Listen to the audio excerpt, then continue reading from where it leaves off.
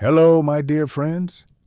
Today, I will tell you a mysterious story about the Wraith King, the tale of the Skeleton King. Part 1. The Rot in the Orchard.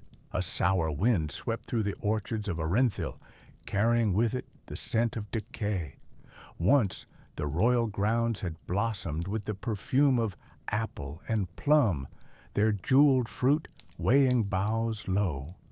Now, blackened leaves skittered across cracked marble, and the trees, once proud and tall, bowed as if mourning. This was the home of Prince Ostarion, where tragedy had taken root and flourished. The palace itself, perched on a crescent hill and wreathed in pale morning mist, recalled a time of splendor. Its towers soared like ivory fingers beseeching the heavens, and stained glass windows spilled fractured sunlight upon mosaic floors. But behind the grandeur, shadows crept. Servants moved in hushed procession, fear twisting their faces. Laughter and music had fled these halls, replaced by the constant drip of medicine and the whispered prayers of those desperate for deliverance. Within a chamber overlooking the ruined gardens, young Prince Ostarion kept vigil at his brother's bedside.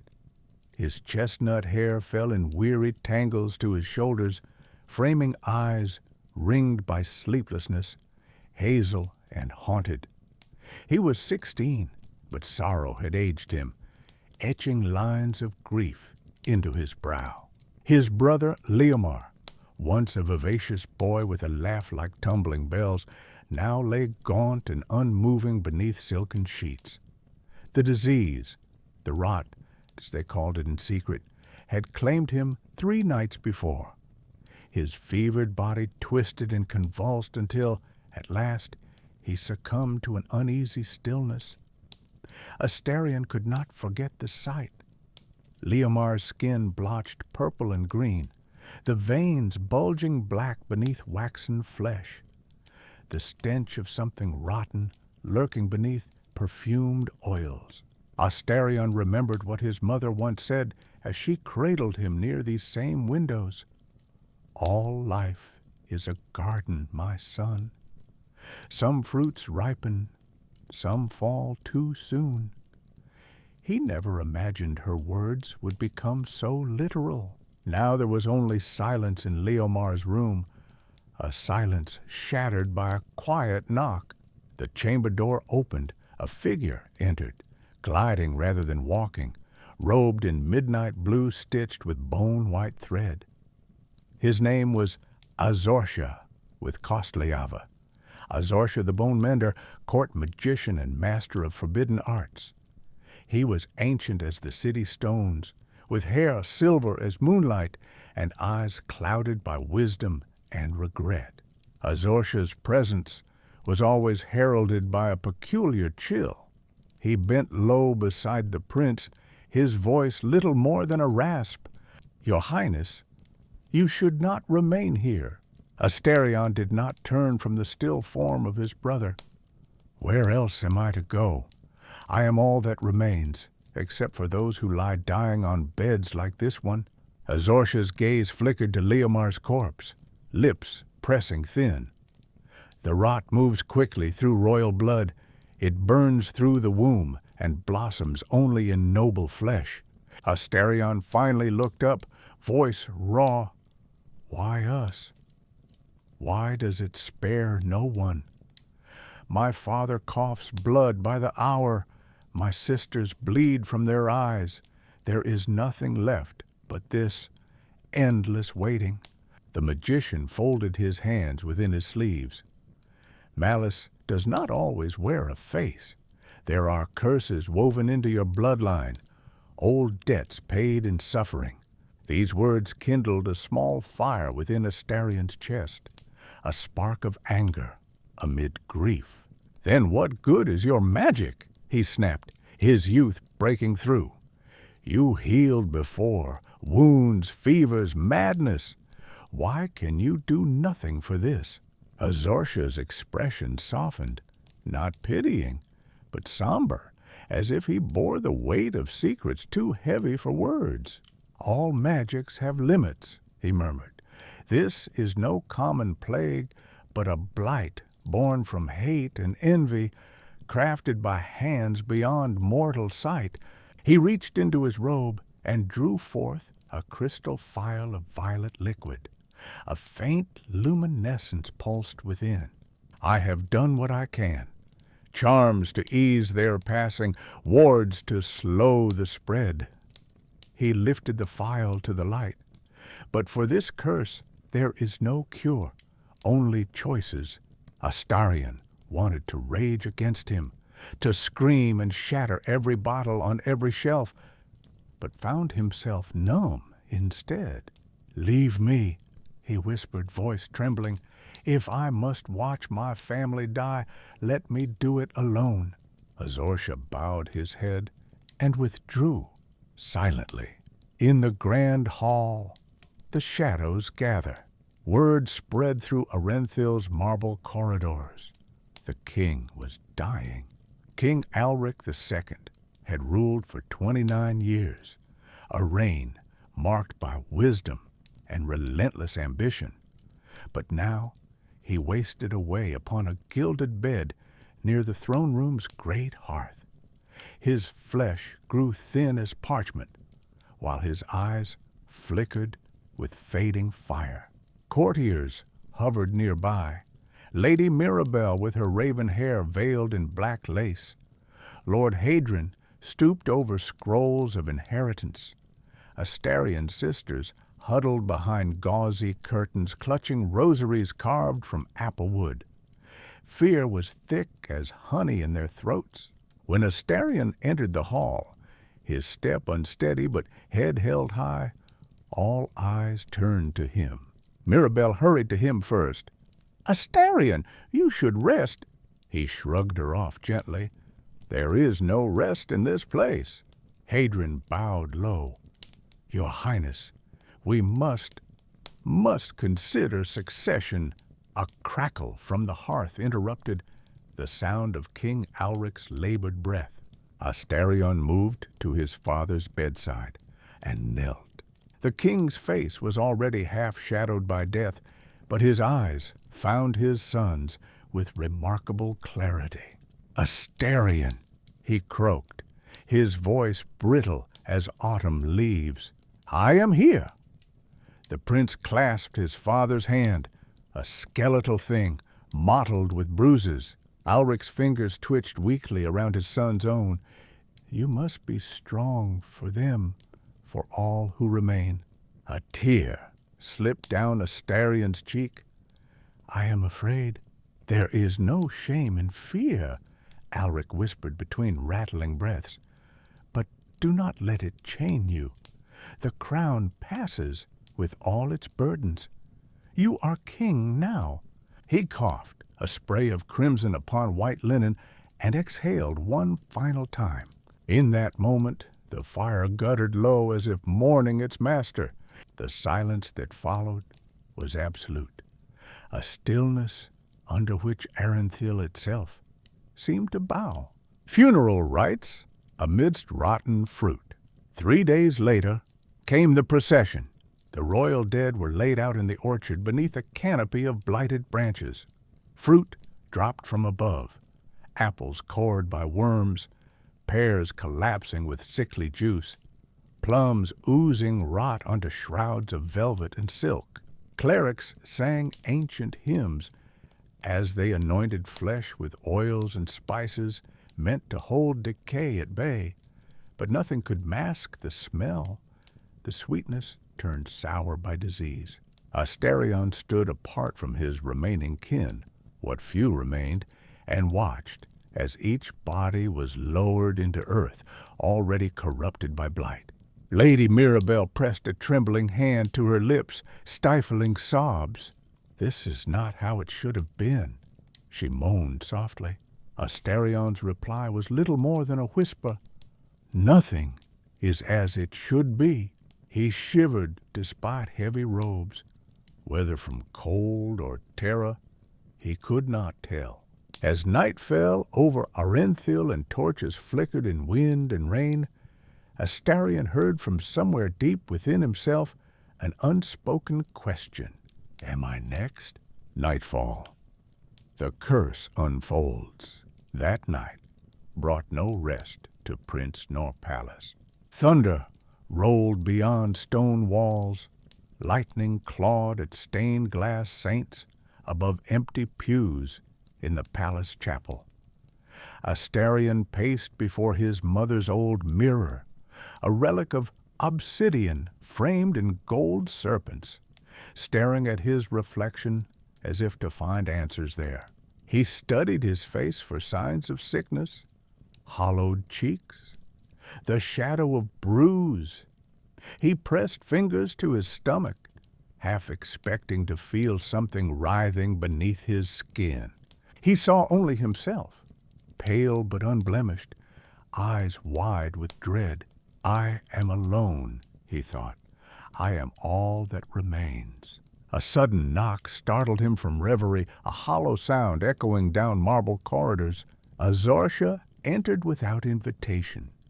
His eyes were grave. My prince, said the magician softly, you must come.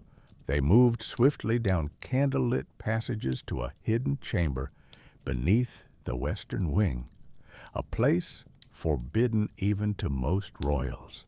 Here Azorcia kept his sanctum, shelves lined with grimoires bound in human skin, jars filled with reagents both mundane, eye of newt, and profane, twin hearts floating in brine, bones strung like beads across coiling ropes of sinew. On a central table lay 7 waxen figurines, each twisted into agonizing postures, each marked with blood-red runes. Azorcia gestured for Ostarion to sit, while he drew forth a tome dusted in ash. The cover was engraved with an Ouroboros devouring itself, a symbol of life, consuming life. Why am I here? Ostarion asked. The magician met his gaze steadily. Because you are not ill. Not yet. A chill passed through Ostarion's bones. Why? He demanded hoarsely. Azorcia sighed and opened the tome to pages inked with symbols that seemed to writhe on their own accord. You are different, he said quietly. Your mother was daughter to another line, a blood untainted by the original curse. He traced a sigil with one long finger. But curses adapt. They learn to find flesh anew. Ostarion clenched fists upon knees. So what am I to do? Wait to die? There are other ways, Azorcia said, voice lowering like thunder before rain.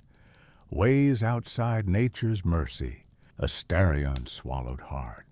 What price? The magician leaned close, his breath icy on Ostarion's cheek. To live, you must abandon what it means to be human. The seed of despair. The words hung between them like poisoned fruit. Ostarion recoiled as if struck. You ask me to become a monster? Azorcia regarded him calmly. What is a monster? That which does not die? That which endures when all else fails? He spread his hands over the table, palms splayed wide like spider legs. Bone magic is old as death itself, he intoned softly. It can preserve flesh or strip it away entirely. He tapped one waxen figurine. It spasmed, then melted into formless ooze before their eyes. With my art, Azorcia continued, I can cleanse you, burn every trace of mortal corruption from your bones. You will never age nor ail again, but you will never again be truly alive. Ostarion stared at him with dawning horror and fascination. Not alive, he echoed hollowly. Azorcia nodded solemnly. You will become something else, a shadow among men, a sovereign over death itself.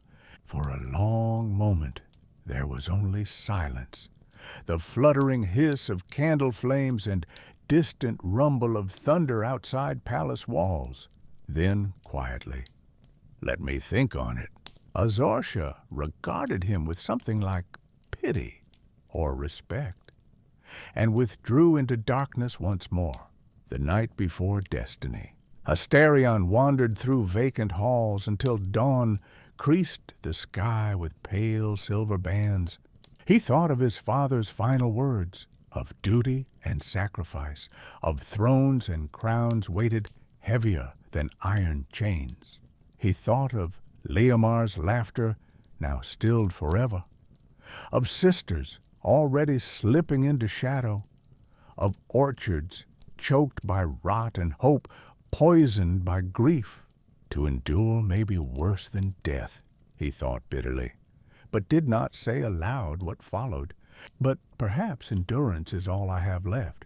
As morning broke over Arenthil in rays cold as steel, Prince Ostarion made his choice beneath blighted boughs.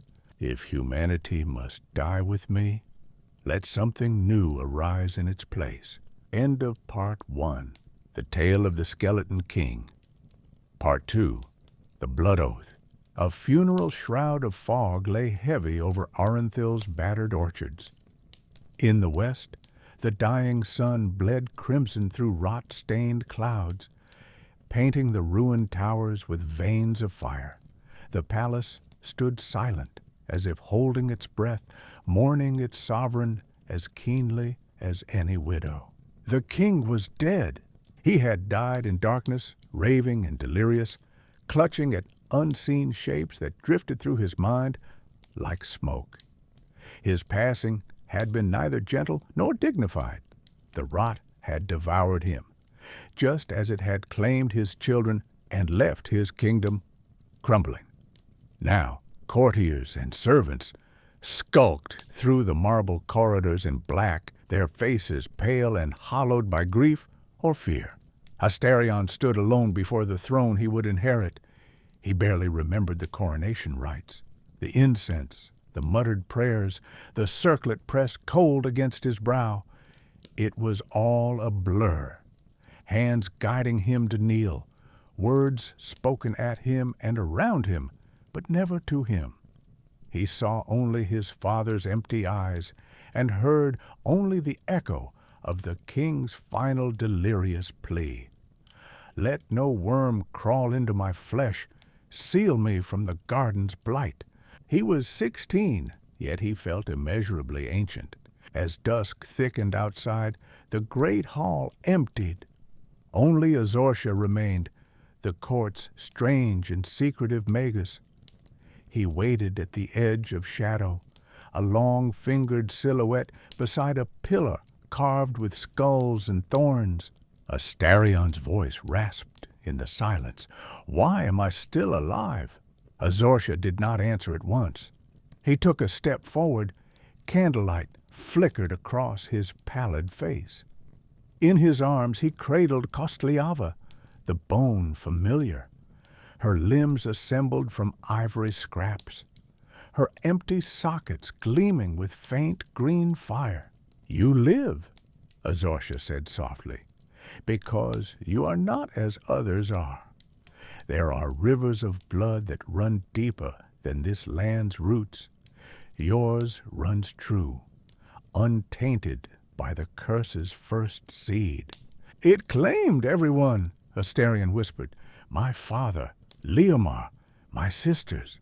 Why not me?" "Because your mother came from elsewhere," Azorcia replied, eyes narrowing with thought. "The rot seeks kinship in flesh, but you are an anomaly, a crossroads of old magics and new lines. You are both hope and burden." Thunder rumbled distantly, as if Arenthil itself stirred in its sleep. Ostarion slumped onto the base of the throne, exhausted beyond words. He thought of his mother's gentle hands braiding his hair, of Leomar's laughter echoing through sunlit halls. He thought of how that laughter had faded, how silence had crept in like mold. "If I survive," he said at last, "what am I to do? Watch everything die, bury them all, and rule a kingdom of ghosts?" Azorsha's lips twisted into something bitter and knowing. "There are paths," he murmured, "that lie outside the mercy of nature, paths that do not end with death." He knelt before Ostarion and opened his tome, a heavy thing bound in cracked leather, its pages crawling with inked sigils that seemed to pulse beneath the skin. Kostliava hopped to his shoulder and peered down with hollow eyes. "You speak of bone magic," Ostarion said slowly. Azorsha inclined his head. "It is older than empire, older than rot or orchard or king. It can preserve you, strip away all that rots within, and leave only what endures." A chill crawled up Ostarion's spine. "I would become a monster." Azorsha met his gaze, unflinching. "What is a monster but one whom death cannot claim? A king who outlasts all suffering may yet save his people or doom them anew." The cost of survival. Night had fallen fully by the time Ostarion summoned the council, what little remained of it. The few lords who had not fled or died huddled beneath black banners in a side chamber, heavy with incense and fear. They bowed stiffly as Ostarion entered. His crown sat ill on his brow. His hands trembled as he clutched a letter sealed with his father's signet. Azorsha slithered in behind him, silent as a wraith. "My lords," Ostarion began, voice thin but steady, "the rot has claimed our house. It festers in root and bone. But I have endured, and so shall Arenthil." Some among them looked at him with relief, others with suspicion or veiled contempt.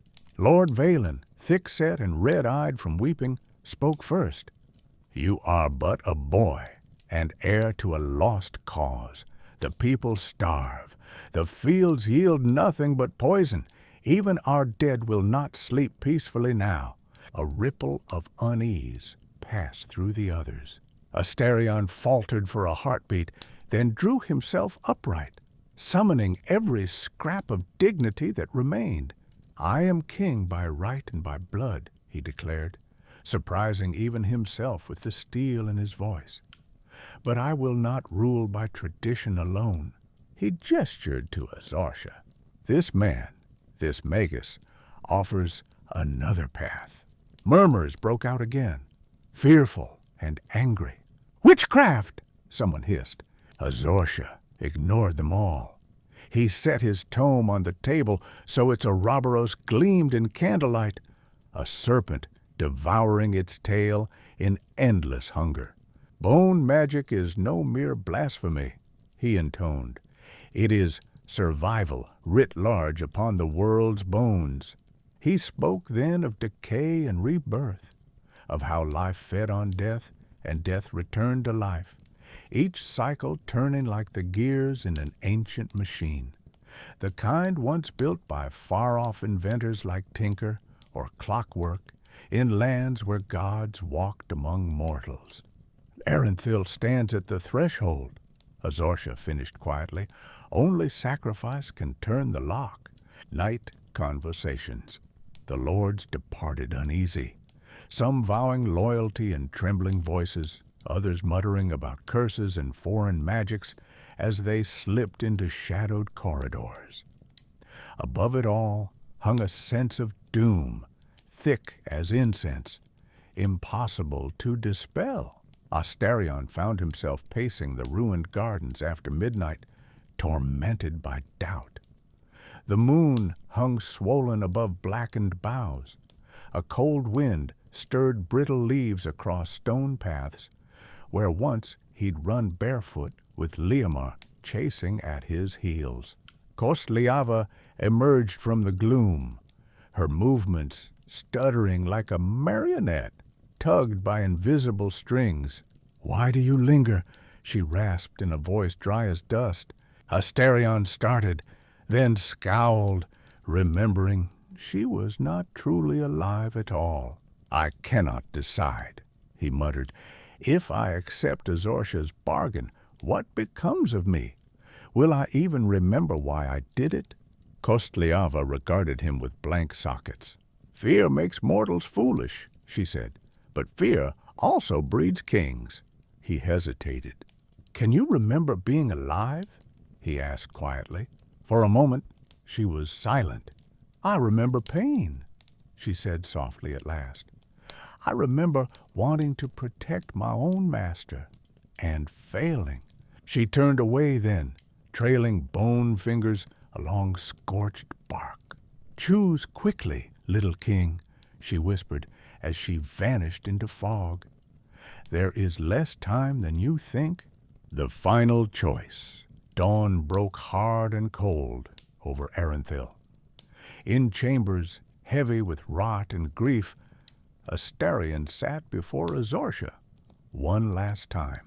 The magus set out his tools, chalks ground from grave dust, shards of bone harvested from ancient catacombs, candles whose flames burned blue and unnatural. "This is your last chance," Azorcia said quietly. Ostarion stared at trembling hands, at veins that might one day bulge black with corruption, at skin that already seemed too thin over brittle bones. He remembered Liamar's joy and his terror before dying. "If I do this," he whispered, "will my soul remain my own?" Azorcia paused, the first flicker of doubt crossing his face. "Your soul is yours, as long as you choose to bear it," he said finally. "But when you abandon flesh for bone, there is no returning." Ostarion drew a shuddering breath and pressed his hand atop Azorcia's tome. "Then let us begin." The gathering shadows. Word spread swiftly through Erenthil. King Ostarion would not submit to fate nor follow his family into dust. At dusk, every candle in every window guttered low. Crows flocked to broken rooftops and watched with knowing eyes. The ritual was set for midnight, in the crypt beneath Erenthil Palace where centuries of royal bones slumbered restlessly in their gilded tombs. Azorcia prepared the circle. Runes traced in powdered femur, braziers burning herbs found only where light never reached, mirrors set facing inward to catch stray souls that might seek escape. The air stank of cold iron and scorched myrrh. Only Kostliava attended Azorcia as witness, her bone fingers twitching in anticipation. Ostarion arrived alone. Gone were princely robes. He wore only linen stained with tears and earth from his brother's grave. "So be it," he said simply, and stepped across the threshold into shadow, through death into power. Azorcia bade him kneel amid concentric circles of bone dust and grave salt. He read from his tome aloud. Words tumbled out like stones into a well, ancient syllables that made candle flames flicker blue-black, bone to bone, marrow to marrow. From rot arise, from death tomorrow. Flesh is fleeting, bone endures. Take up thy power, break nature's cures. Kostliava began to keen, a note that wavered between dirge and lullaby. The air grew colder still. Darkness pressed into Ostarion's lungs until breath became agony, a burning hunger for something he could not name or refuse. His vision swam. Pain rippled through every nerve like wildfire, devouring dry grassland south of Quarthos or along the haunted shores of Dark Reef. He saw flashes, his father's face dissolving into rot, Leomar's eyes wide with terror, orchards blooming black fruit that bled when bitten. His own flesh began to tighten, then peel away as if drawn by unseen hands. Bones shone through, sinew shriveled and vanished. Blood boiled into vapor that curled around him like morning veils. Yet, through it all, he remained himself. Memory flickered like distant lanterns, his mother singing old Lirelai lullabies from her homeland beyond the forests. Leomar clutching at his sleeve on stormy nights. He screamed, a sound no longer wholly mortal, and when it died away, he found himself kneeling amid ashes and silence.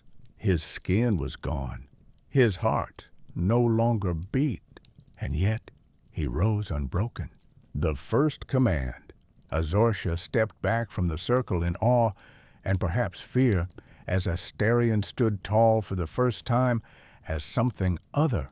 His bones glistened like sculpted ivory lit from within by ghostlight. Remnants of royal gold circlets fused into his brow, every motion precise as clockwork, yet imbued with unmistakable purpose. Kostliava dropped to one knee before him, a gesture of absolute fealty. Azorcia bowed deeply. Hail Arenthil's sovereign, bone-forged and undying. Outside, thunder rumbled, closer now, as if even the skies acknowledged this new reign begun beneath earth and death. Ostarion regarded his hands, stripped down to what could never decay, and flexed skeletal fingers that crackled with raw magic inherited from bloodlines both mortal and arcane. I remember everything. His voice was deepened, a resonance ringing through both air and stone. And I will not let this kingdom fall. He strode up ancient stairs to dawn-lit halls where courtiers cowered from shadows cast by their new king, a king who would never know frailty or hunger again. Beneath blighted boughs, that morning, Arenthil woke to a different world. Orchards still rotted on their branches, but hope or fear took new root among those who glimpsed their monarch passing through mist-shrouded courts, crowned with bone and golden fire. For days afterward, rumors spread like wildflowers. The king walks without flesh. His eyes burn with secrets. No blade can pierce him, no poison can find purchase. Yet none knew better than Ostarion himself what price had been paid, or what would now be demanded from both king and kingdom for daring to defy death itself. And far beneath palace stones, something ancient shifted, a seed long buried now quickening in answer to a blood oath uttered in midnight gloom. To endure may be worse than death, Ostarion remembered thinking. But now he tasted endurance anew, sharp as winter wind and bitter as memory refused forgiveness. So began the era of Arenthil's skeleton king, a reign built on sorrow, but promising retribution for rot, yet unpunished. End of Part 2. The Tale of the Skeleton King. Part 3. Coronation of Bone. There was a moment when the world held its breath.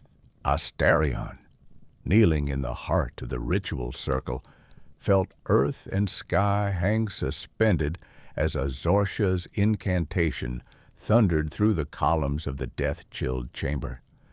The shadows cast by flickering candles warped, devouring tapestries and turning murals of his ancestors into pale, weeping ghosts. Kostliava's crooked hands pressed ancient sigils into the marble, one by one, the glyphs igniting with cold fire that crawled up Ostarion's form. Each word spoken by Azorcia was a burial bell tolling for his mortal self.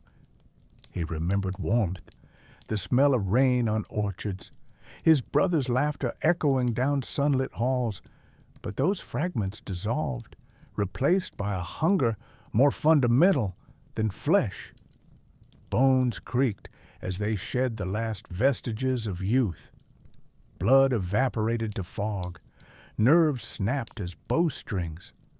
His vision split and multiplied. He saw with empty sockets, hearing the pulse of dead things beneath the earth. Lightning struck the palace peak at the climax, a flash of white so pure it stained even memory, and he screamed as agony and clarity merged into one. Then, silence. He awoke standing, not as before. His reflection in Azorcia's wide, unblinking eyes, a king sculpted from ivory ruin, fire-forged gold circlets fused to his brow, a cloak woven from midnight and the memory of pain. The marrow of his being hummed with power, ancient, alien, endless. Azorcia shivered, voice trembling. "Your Majesty, the contract is sealed. You are the vessel now. Arenthil will never fall if you do not." Kostliava's toothless mouth stretched in a grim grin. "Long may you reign, O bone-forged lord." Ostarion spoke, and his words chilled stone and soul alike. "I am what remains and what endures."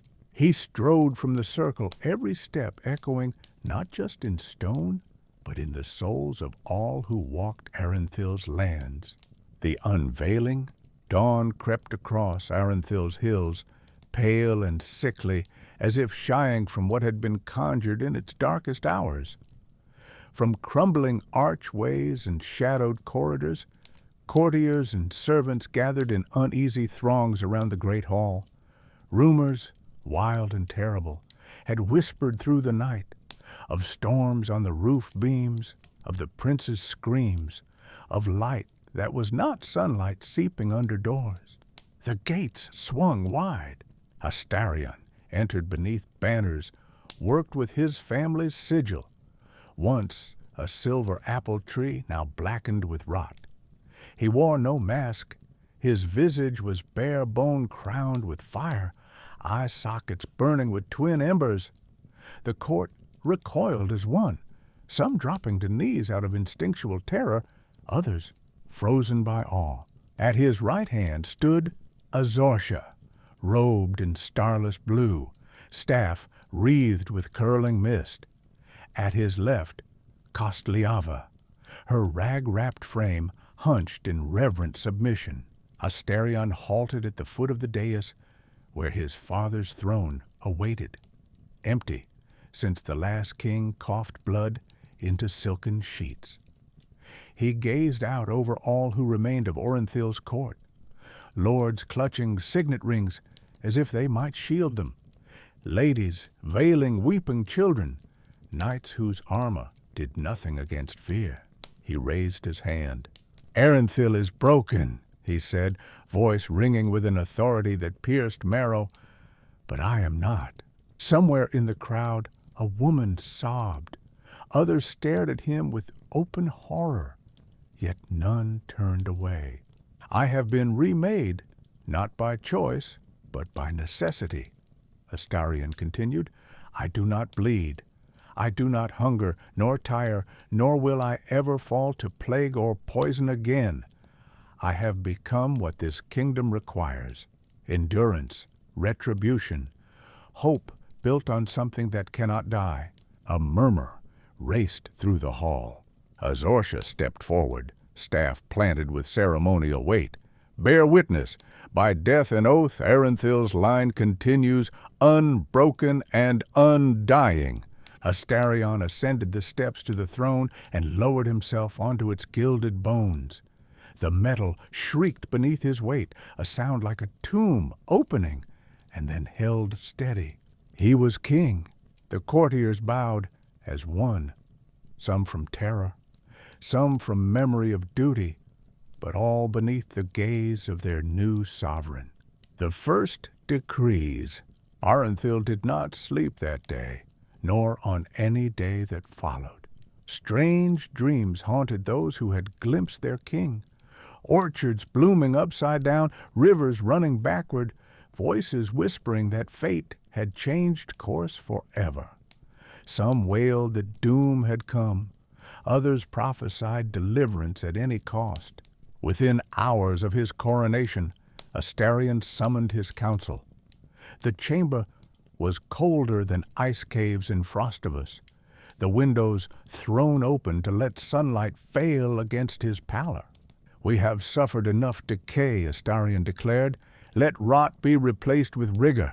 He ordered all orchard fields burned to their roots, the sickened trees crisping to ash beneath pale dawns.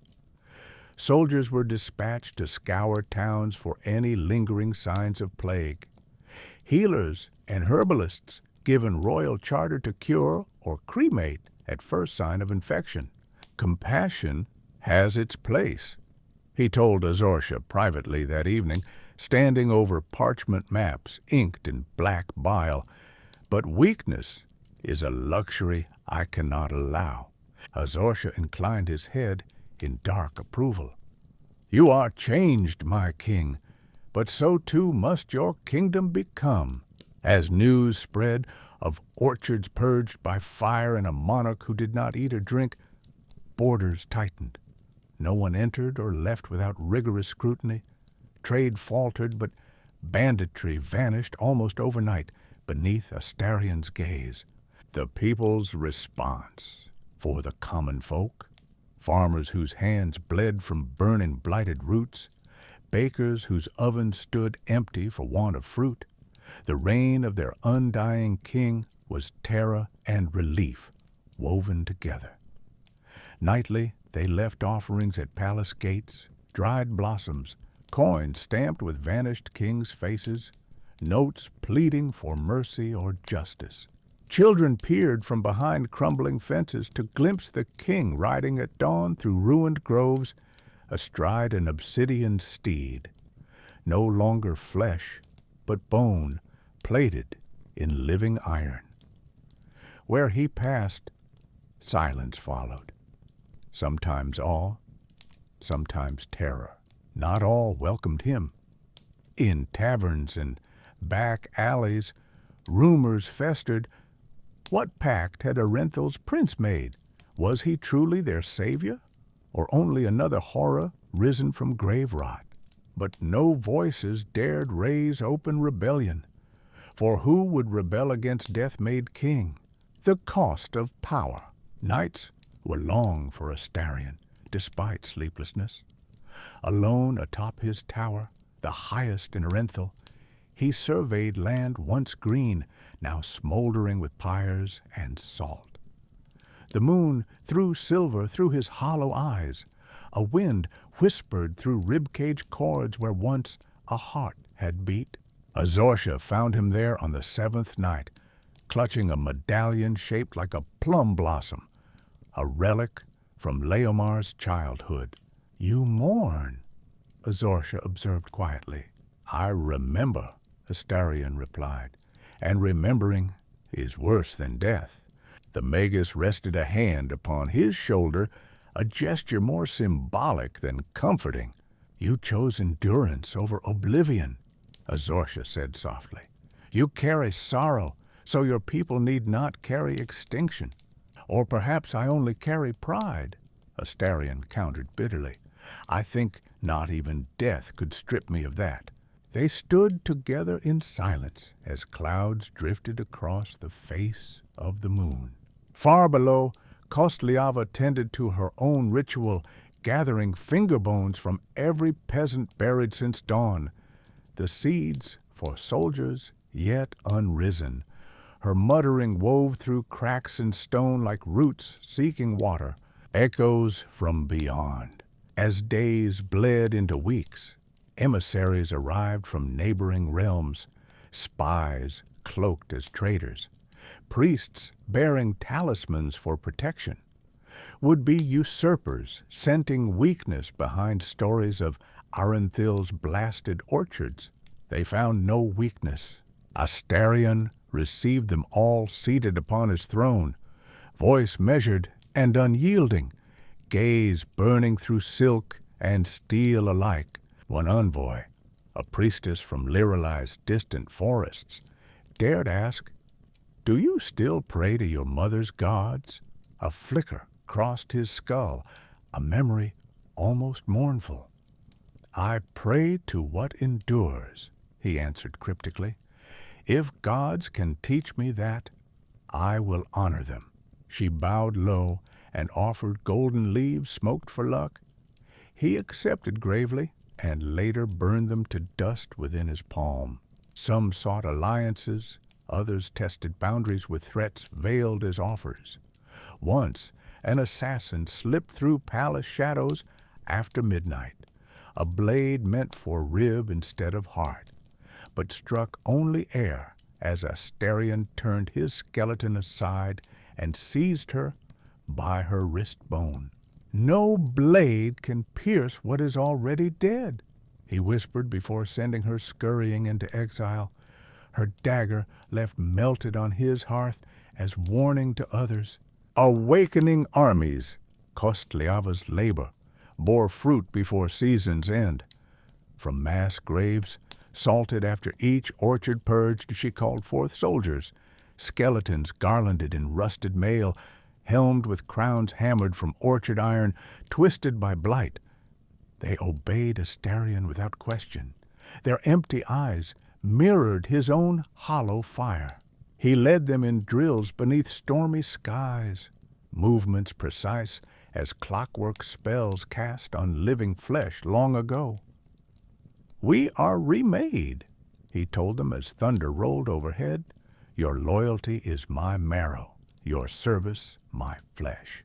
In time, even living knights took up his banner again, not for love, but out of fear and marvel at this martial resurrection. Azorsha watched with secret satisfaction. Kostliava crowed each new moon at how strong their lord had grown. But isolation grew too. The living whispered less in his presence. His council chambers echoed longer after meetings ended. Even Azorsha began leaving sooner each night. Shadows deepened. Far beneath palace stones, the catacombs where first blood was spilled to anchor Ostarion's soul, a presence awakened at last. Roots blacker than obsidian twined around coffin lids older than dynasties. Whispers curdled like milk, long soured by plague. Kostliava alone heard these voices at first, their promises sweet as rotten fruit. "You have bought time only," they warned her dreams. "The price is yet unpaid." She brought news to Azorsha in secret. "The earth stirs restlessly beneath Arenthil," she hissed in her hollow voice.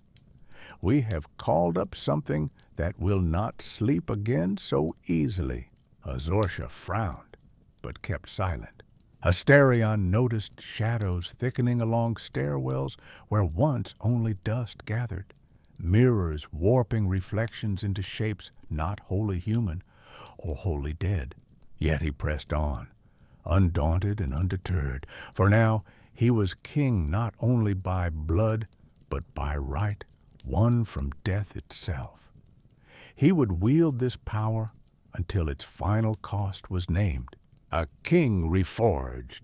On the eve of mid-year, a festival once marked by apple blossom wine and music, Ostarion summoned all Arenthil to gather before the palace's cold marble steps. There he stood, clad in vestments woven from shadow thread and plated bone, a crown forged anew from gold and teeth, a scepter hammered into shape from Leomar's sword fused with rib bone. He lifted it high so all could see. Even those who trembled behind shuttered windows or knelt on fractured paving stones. "My father ruled with love," he proclaimed, his voice carrying into every ruined garden and burnt orchard row. "And my mother with wisdom." He let silence settle like falling ash. before continuing. I rule with what remains, endurance born from loss, power won from pain. He swept his scepter eastward toward distant kingdoms. Let Arinthal rise again, not on flesh that rots nor hope that fades, but upon will stronger than any grave. For an instant, even enemies beyond Arenthal's borders felt it, a shudder passing through ley lines old as Myrath Lake, or the haunted tombs dotting Mistwood.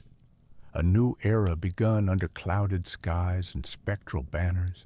And so began the reign of Arenthal's skeleton king, not just survivor, but sovereign over all that endured beyond ruin and rot. End of Part 3. The Tale of the Skeleton King. Part 4. The Harvest of Bone. Ostarion no longer slept. Each night he watched the moon through paned glass as it drifted and waned, the orchard below a sprawl of broken shadows. The rot that once gnawed at his family now flourished in him, reborn as will unyielding, bone unbreakable. If there remained a soul, it was hard and cold as obsidian, set deep beneath a ribcage that no longer rose or fell. When the first snow melted upon Arenthal's ruined flagstones, a rider came from the east, bearing news in a voice stripped raw by terror. The banners of Leventhal gather at our borders. Their duke calls you blasphemy. He would see your broken crown ground into salt. Ostarion listened in silence, the folds of his charred cloak pooling on marble, each movement precise, every glance weighted with the knowledge that nothing in him could die again. When the messenger's words were spent, Ostarion only nodded. "Summon my council," he intoned, voice echoing with hollow resonance. "Tonight, Arenthal rides to war, a kingdom forged in fear." The war room was shuttered against the storm outside, torches guttering in sconces shaped like grasping hands. Azorsha and Kostliava stood apart from the mortal advisors, eyes gliding over maps inked in blood and soot. Ostarion traced his finger along the disputed borders. Leventhal holds the passes at Ashgate and the ruins of Old Gil. The Duke expects us to defend and dwindle. He fears offense. "He is right to fear," hissed Kostliava, her teeth clicking with glee. Azorsha's voice was measured, brittle as old parchment. "Boldness serves us, my king, but winter lingers. The living army hungers for food and hope both. Your other knights are not so easily spent." Ostarion's skull-etched brow creased in something almost like amusement. "Let hope gnaw at them if it must. They will feast on glory instead." He turned to his captains, men and women once loyal to his father, now staring hollow-eyed at their new sovereign. "Ready the regiments. Tomorrow we ride, not as mourners but as reapers." He paused as a hush fell over the room. "Those who follow me will have their names chiseled into eternity, or their bones will." None dared meet his gaze. The march of unlife. Dawn bled pale over Arenthal as banners unfurled. Ostarion led from the fore, a king wreathed in storm and silence, bone plate gleaming faintly blue where veins of necromancy pulsed through the metal. Behind him shuffled two armies, one flesh and one death. Men muttered prayers, gripping steel slick with fear. But the skeletal knights moved without pause or murmuring, eyes aglow with balefire borrowed from their king's own marrow. As they marched through shattered orchards and past villages still haunted by plague, peasants pressed themselves into doorways or knelt in mud. A show of fealty or despair, none could say. At Ashgate Pass, the snows were churned to slush by the boots of Leventhal's host. A proud legion armored in bright steel and blue velvet surcoats, marked with the stag and scythe. Standards snapped in biting wind, horns brayed challenge. Upon a rise, Ostarion watched their line form, a wall of shields and spears, led by Duke Mathis Leventhal, astride a destrier white as frost. The Skeleton King drew his scepter, Leomer's sword fused with bone, high into the morning glare. "Sound the charge," he ordered. "First harvest." They struck like lightning, splitting a dead tree.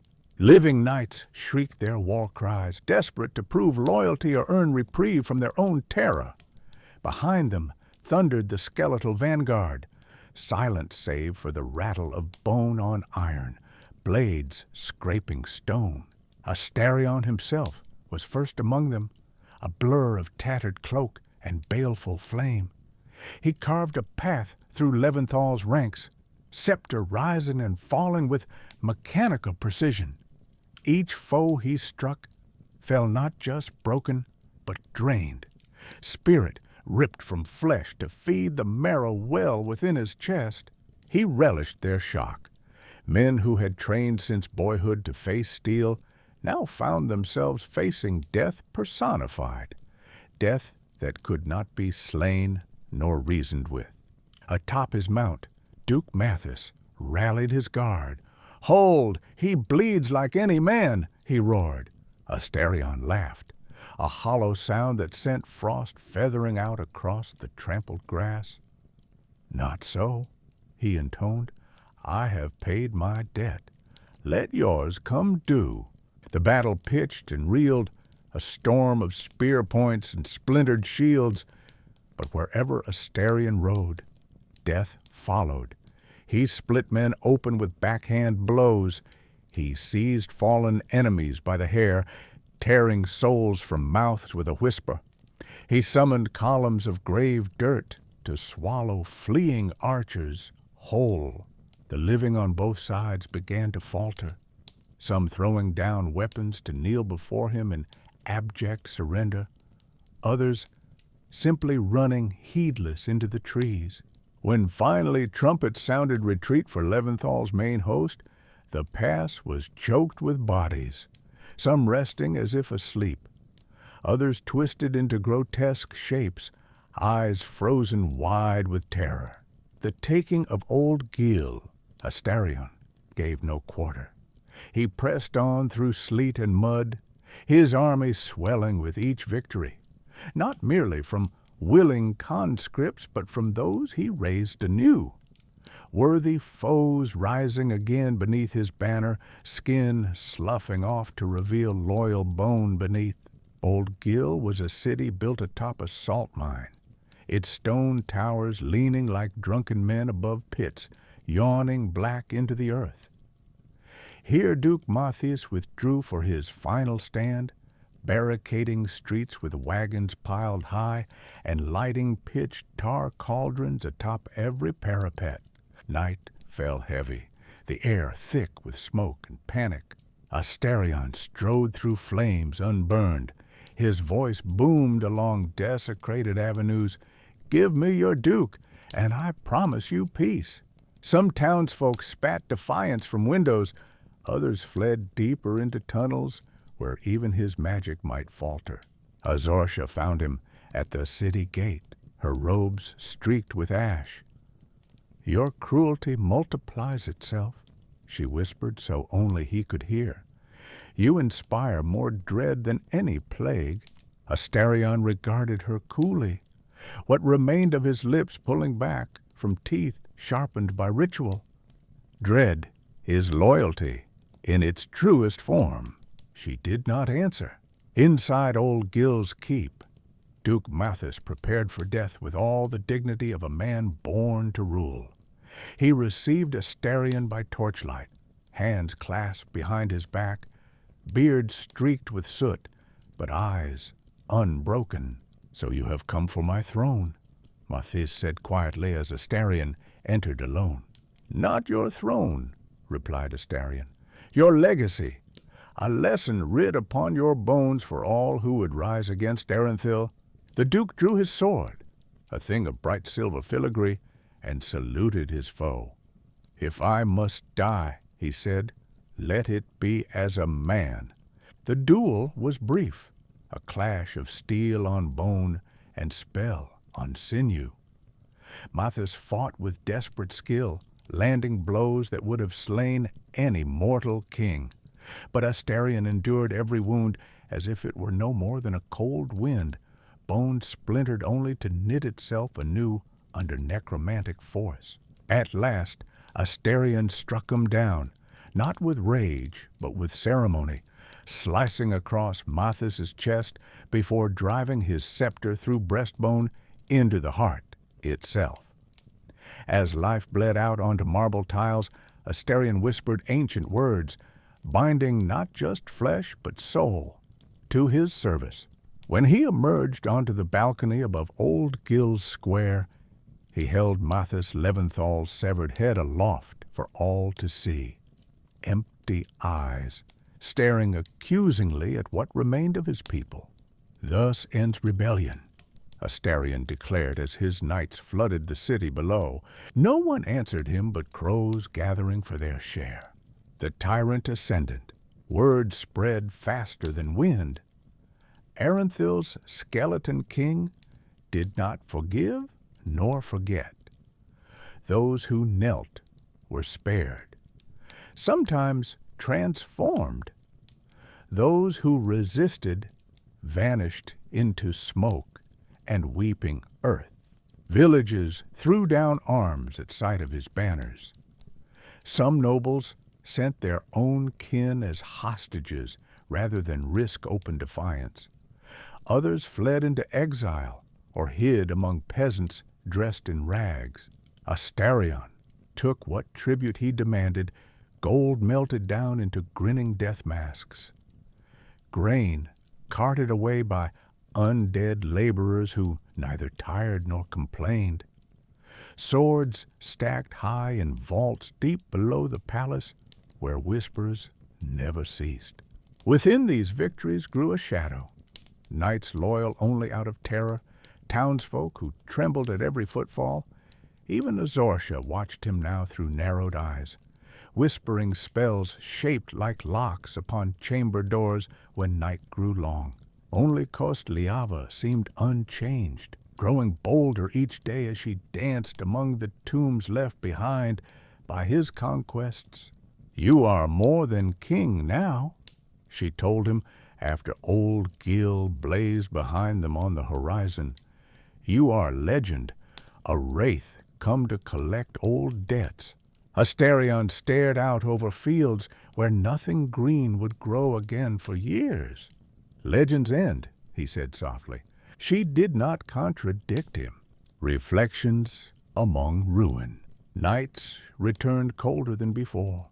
In private moments, rare as honest counsel these days, Ostarion found himself studying old portraits in deserted corridors, images of himself as a child beside Laomar, his mother's gentle hands upon his shoulder, his father's stern gaze softened by pride alone reserved for heirs long dead.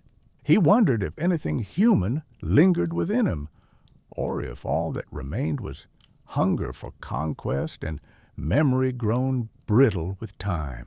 Azorsha visited him one such night as sleet-battered colored glass above them. "You grow distant from your own heart," she said quietly, drawing near enough for her shadow to touch his crown. "My heart is dust," he replied without warmth or malice. "All that remains is duty." She studied him from under hooded eyes, glittering with something between pity and fear. "Beware what you become when duty is all you have left." He did not answer then, but long after she departed, he stood facing an old mirror warped by candlelight, searching for something within the empty sockets where once shone hazel hope. He found only fire, and something deeper beneath it that whispered of debts never paid in full. The price of power. Spring came late that year, ice lingering well past its welcome in fields already salted by defeat. Yet Arenthil's dominion stretched wider than ever before. Half a dozen minor lords bent knee or vanished entirely. Roads thronged not with merchants, but with chained prisoners, dragging plows behind them under gauntlet and lash alike. But each victory was bought at cost, unseen. Whispers trickled through catacomb stones, the earth itself restless beneath so much spilled blood. The living feared their king more than they loved him. Even dead knights sometimes shuddered, as if recalling pain from ages past. And in dreams, woven from rot and old griefs, came visitations.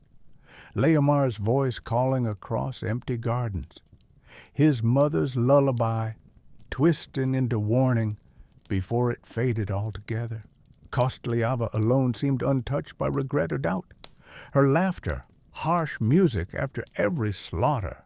But Azorcia grew colder still, her counsel clipped, her eyes following Ostarion with growing wariness whenever lightning flared over crown and bone plate alike. In council chambers hungering for warmth, one truth settled among them all: Arenthil would never again know peace born of trust or plenty, only obedience bought by terror and kept sharp by memory of what walked beneath its banners now. And so Ostarion ruled, a tyrant forged by grief and maintained by fear, a warrior whose kingdom stood upon bones both honored and forsaken, a sovereign whose reign would echo far beyond living memory, until even legends grew afraid to speak his name aloud at dusk. End of Part 4. The Tale of the Skeleton King. Part 5. The Bone and the Blade. The shadow of dread, it came first as rumor. A riderless black steed glimpsed beneath a dying moon, galloping across furrowed fields where nothing dared to grow. Then, as a hush sweeping through the border villages, dogs whining, children snatched indoors, and the stoutest men glancing over their shoulders when night pressed close. All spoke of a new dread, though none could name its shape. Only those who had served at the edges of the bleak marches whispered the word, dread night. By the time the first war horns wailed from Arenthil's battered walls, spring's thaw had bled into a season of storm. Lightning split the sky for days without end, as if heaven itself recoiled from what roamed below. In the throne hall, banners hung limp and faded. Candle flames cowered in their sconces. Skeleton King Ostarion sat upon his bone-carved throne, one gauntleted hand clenched around the hilt of his rust-rimmed sword, the other splayed across a map stained by rain and blood. His court was an assembly of shadows now. Advisors and lords cowed into silence, their ranks thinned by attrition and fear. Kostliava stalked near the dais, her laughter grown scarce and brittle as old bones. Azorcia stood at Ostarion's left, lips pressed thin, eyes darting to the darkened windows with every distant peal of thunder. "My liege," she intoned quietly, "they are at the east gate." Ostarion's hollow voice was colder than any grave. "How many?" She hesitated, then answered, "Too many to count. And at their head rides the dread knight himself." He did not rise at once. Instead, he let silence coil around him, heavy as iron. Then he spoke, voice echoing through ribbed vaults. "Let them come. Siege upon Bleakstone." The next day dawned red and raw. The fields below Arenthil churned with motion. The enemy army rumbled forth like a flood of midnight steel and scorched flesh. Bannerless, faceless, They were a tide of revenants clad in pitted mail, wielding axes that drank shrieks from the air. Upon the ramparts, Ostarion's own soldiers, once proud knights and mercenaries, stood shoulder to shoulder with animated bone men and silent dead, whose service had not ended with breath. They did not cheer. They did not pray. They simply watched as the dread knight emerged from his ranks. He was enormous, taller than any man, encased in blackened armor that smoked with a silent frost. His helm bore no visor. Instead, ghostly blue fire licked from empty eye sockets. He carried a sword longer than most men were tall, forged from some hateful alloy that shimmered with unwholesome light. Ostarion met him upon the field. The court watched from shattered battlements. Azorcia's hands clenched in silent supplication. Kostliava grinning wide, hungry for carnage. Rain hissed against steel and bone alike. The dread knight spoke first, voice like stones grinding in a crypt. So, the Orchard King shows himself at last. Will you bargain for your life, little sovereign? Ostarion strode to meet him, cloak billowing like a storm-swollen shroud. I do not bargain with carrion. The dread knight's laughter was hollow, an echo of laughter long dead. Then come see how death truly dances. The clash of sovereigns. Steel rang as the armies fell upon each other, a tempest of blade and claw and fetid magic tearing through mud and broken bodies. Yet all eyes returned again and again to the two figures who met at the center. Ostarion, burning green fire within his skull, Dread Knight, that frozen pyre behind his helm, and they circled, testing each other's strength with feints and blows heavy enough to shatter stone. Dread Knight struck first, a blow that scarred earth and split bone plate, sending fragments spinning across the field. He pressed forward relentlessly, each swing forced Ostarion back another pace, boots sinking into sodden loam. But Ostarion was no longer merely flesh. He needed neither breath nor rest. With every step, he grew colder inside. With every wound, he remembered his brother's wasted face, his mother's lullabies twisted into warnings. He parried with unnatural precision, answering steel with steel, until at last their swords locked together with a shriek that silenced all around them. Dread Knight snarled, "You wear a dead king's mask, boy. Is there anything left inside but rot?" Ostarion leaned close, empty sockets burning. "Enough to damn you." He twisted, bones grinding as unnatural strength surged, and shattered the Dread Knight's guard. Interlude. The wager of wills. Time slowed as battle boiled around them. Lightning painted them statuesque against ragged clouds. Mud sucked at their feet. Lesser men fell away in droves before their fury.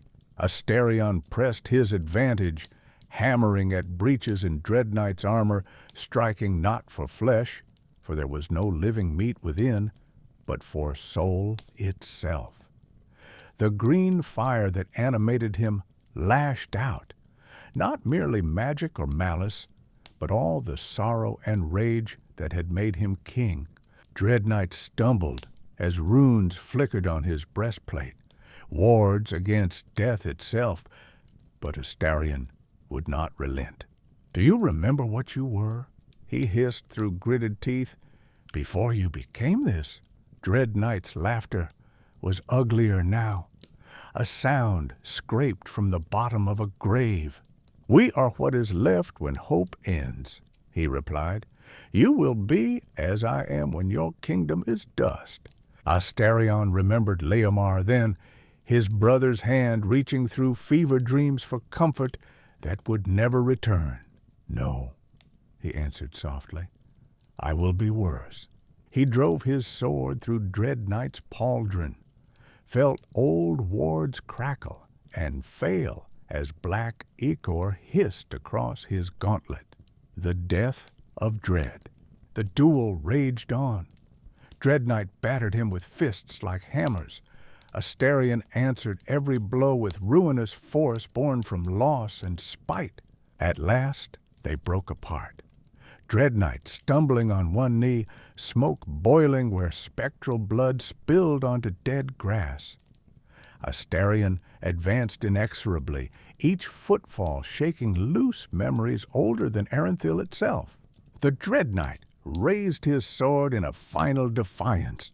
"You will gain nothing but emptiness," he spat.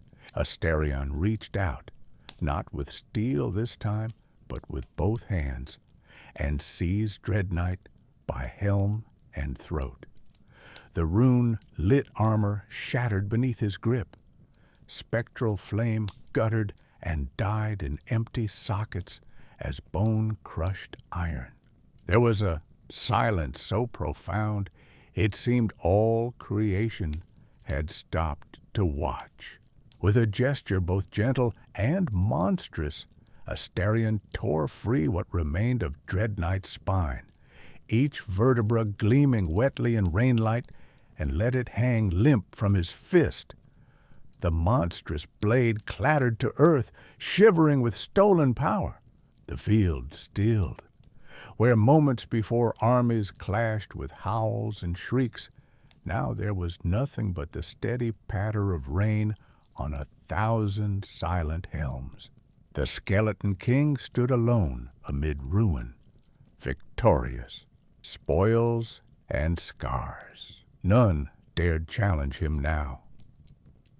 Erenthil's battered standards rose once more upon smoking fields. Prisoners groveled before one who had slain death itself. Ostarion claimed Dread Knight's sword, a weapon forged for neither justice nor mercy, lifting it high so all might see whose hand ruled now. He lashed Dread Knight's spine across his back, trophy and warning both. Kostliava danced amid corpses, her laughter wild and bright again at last. Yet Azorcia only watched her king with eyes full of dread, for she knew what victory had cost him, that each triumph hollowed out something vital within him.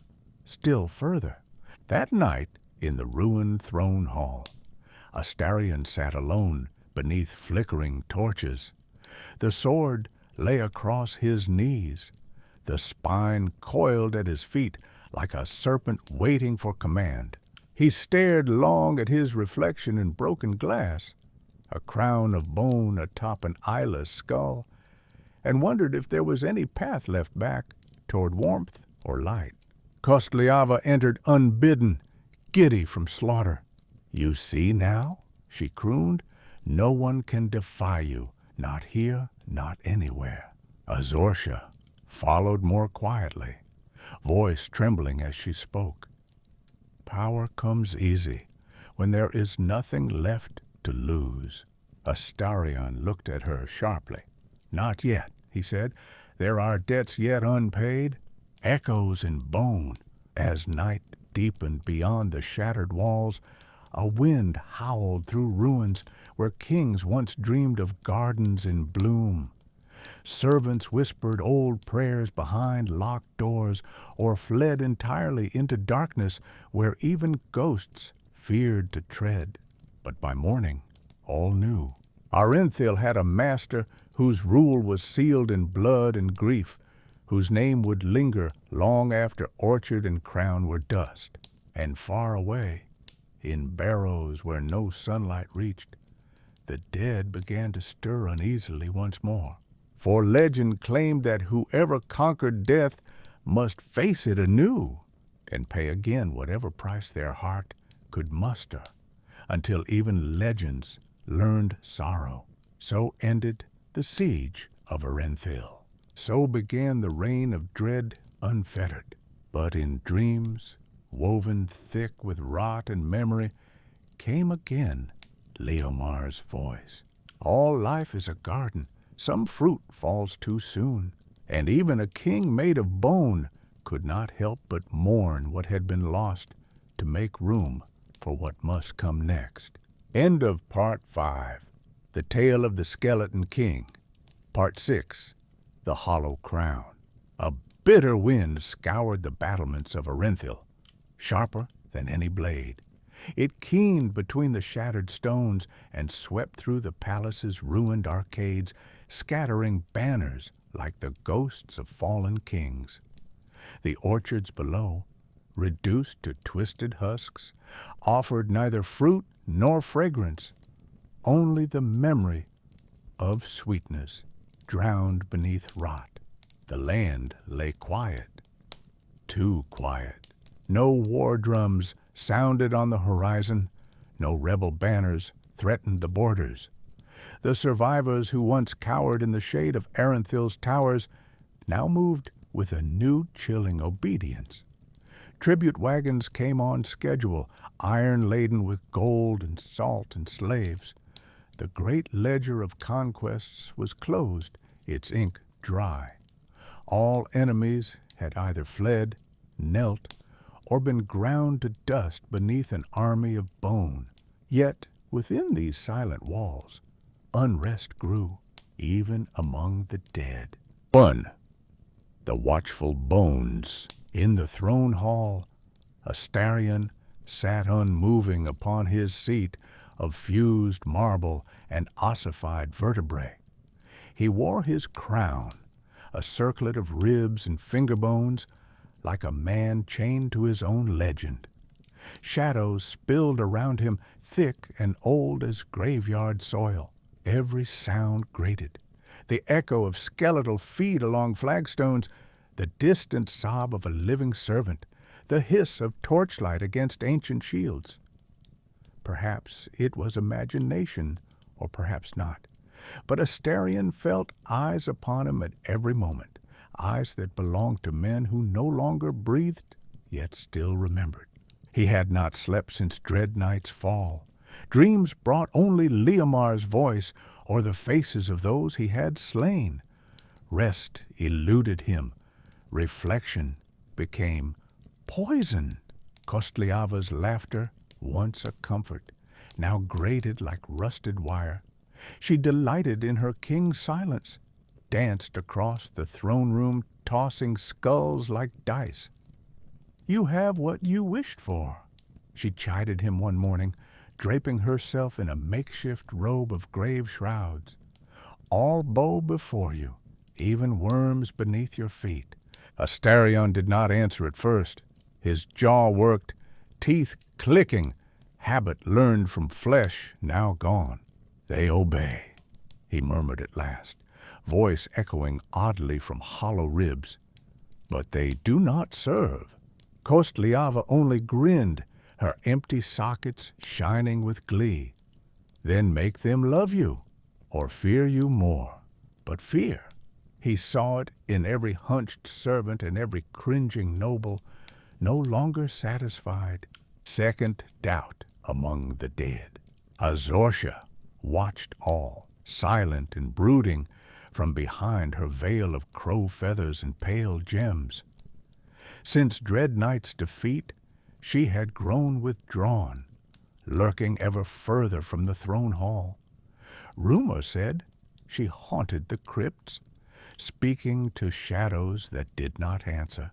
One evening, as dusk bled red across the colonnades, she came before Ostarion unannounced. "You should rest, my king," she intoned. "Even death must dream or become less than itself." He turned slowly to look at her, firelight smoldering in his eye sockets. "What would you have me dream of? Gardens? They're gone. Glory? It fades." Azorsha's sigh was dry as parchment. "What is it you seek now?" Ostarion's hands tightened on the arms of his throne. He could feel every nick in the bone, every flaw in the marrow. Once his own flesh had trembled with life, but now even his bones seemed foreign. "Do you trust your own shadow?" he asked softly. The question hung heavy between them. Azorsha hesitated only a moment. "I trust neither shadow nor sun," she said, "but I can tell you this. Power without purpose is decay in another form." He looked away, back to the empty hall and its flickering torches. "Then I am already rotting." The seeds of paranoia. Ostarion withdrew from courtly matters.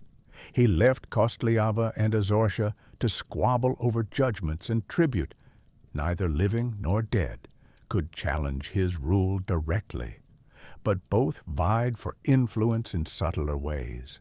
He began to distrust even his own body. There were moments, late at night or deep beneath the palace, when he felt something gnawing within him, a hunger not for flesh or victory, but for something he could not name. At times his fingers spasmed, bones creaking as if resisting his will. His own reflection, when glimpsed in shattered glass, seemed to sneer back at him with a stranger's face. Worse, he began to suspect betrayal among his lieutenants. One by one, he summoned them for interrogation. First, the captain of his bone guard, then his steward, now more skeleton than man, then Kostliava herself. "Where does your loyalty lie?" he demanded, voice cold as tomb ice. Kostliava only giggled, bowing low so her shadow stretched long across the floor. "With you, my king, always? With whomever wears the crown." He did not miss her ambiguity. He ordered secret watch kept on Azorsha, doubled patrols in corridors and crypts, decreed that no living soul might bear weapons within 10 paces of his person. Still unease gnawed at him, a worm chewing through the hollow heart of a rotten tree. Forth seeking what cannot die. His obsession turned inward. At first, Ostarion scoured tomes and grimoires taken from conquered lands, texts penned by necrophages of the bleak barrow, demonologists from Felstrath's ruined conclaves, even blasphemous treatises smuggled out of Ultimir's libraries before their burning. All spoke of death as a boundary. Some claimed it could be crossed only once. Others whispered of cycles and returns, of spirits slipping free from bone to become something greater than mere revenant or lich. Ostarion craved not only dominion over others' deaths, but mastery over his own fate. True immortality, a state beyond even his current unlife. He questioned Azorsha relentlessly. "Is there nothing more?" He raged one thunder-lashed night in her tower, throwing aside volumes with such force that dust danced like motes of memory in the lamplight. "Is this all there is? To rule until even memory fails me?" Azorsha met his fury with preternatural calm. "You live outside what mortals call life or death," she said, "but all magic has its price and its limits." Ostarion's bony fists clenched tight enough to crack knuckles that had once been royal hands. "Then I will pay whatever price Dot." She did not answer, not then. The rot within. As weeks crawled onward, strange symptoms afflicted him. Sometimes his crown felt burdensome, a vice tightening around his skull until even thought became agony. Sometimes his skeleton creaked and split anew.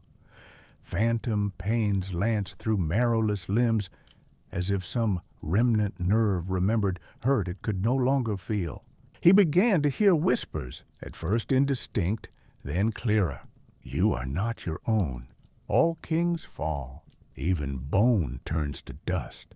He caught glimpses, just at the edge of vision, of shadows that moved against no light, figures that bore Leomar's smile or wore his father's eyes, staring from alcoves before dissolving when approached. He summoned Azortia again and again for answers, questioned Kostliava about spells that might stave off madness or decay, even ordered sacrifices, living and dead alike, in hopes some blood price would buy clarity. Nothing satisfied him. Sixth, an audience with death. One night, a storm shattered Arinthel's sleep, a tempest so fierce it seemed shaped by ancient malice. Lightning clawed the orchard hills, thunder rattled tombstones loose. In the lowest crypt, deeper than any servant dared go, Ostarion descended alone, torch guttering blue in his skeletal grasp. Here were buried not only his ancestors, but relics older still. Idols carved from blackest obsidian, scrolls inked in languages long lost, chains that rattled even when untouched. And here, in darkness thick enough to choke out hope, he called aloud, "Show yourself!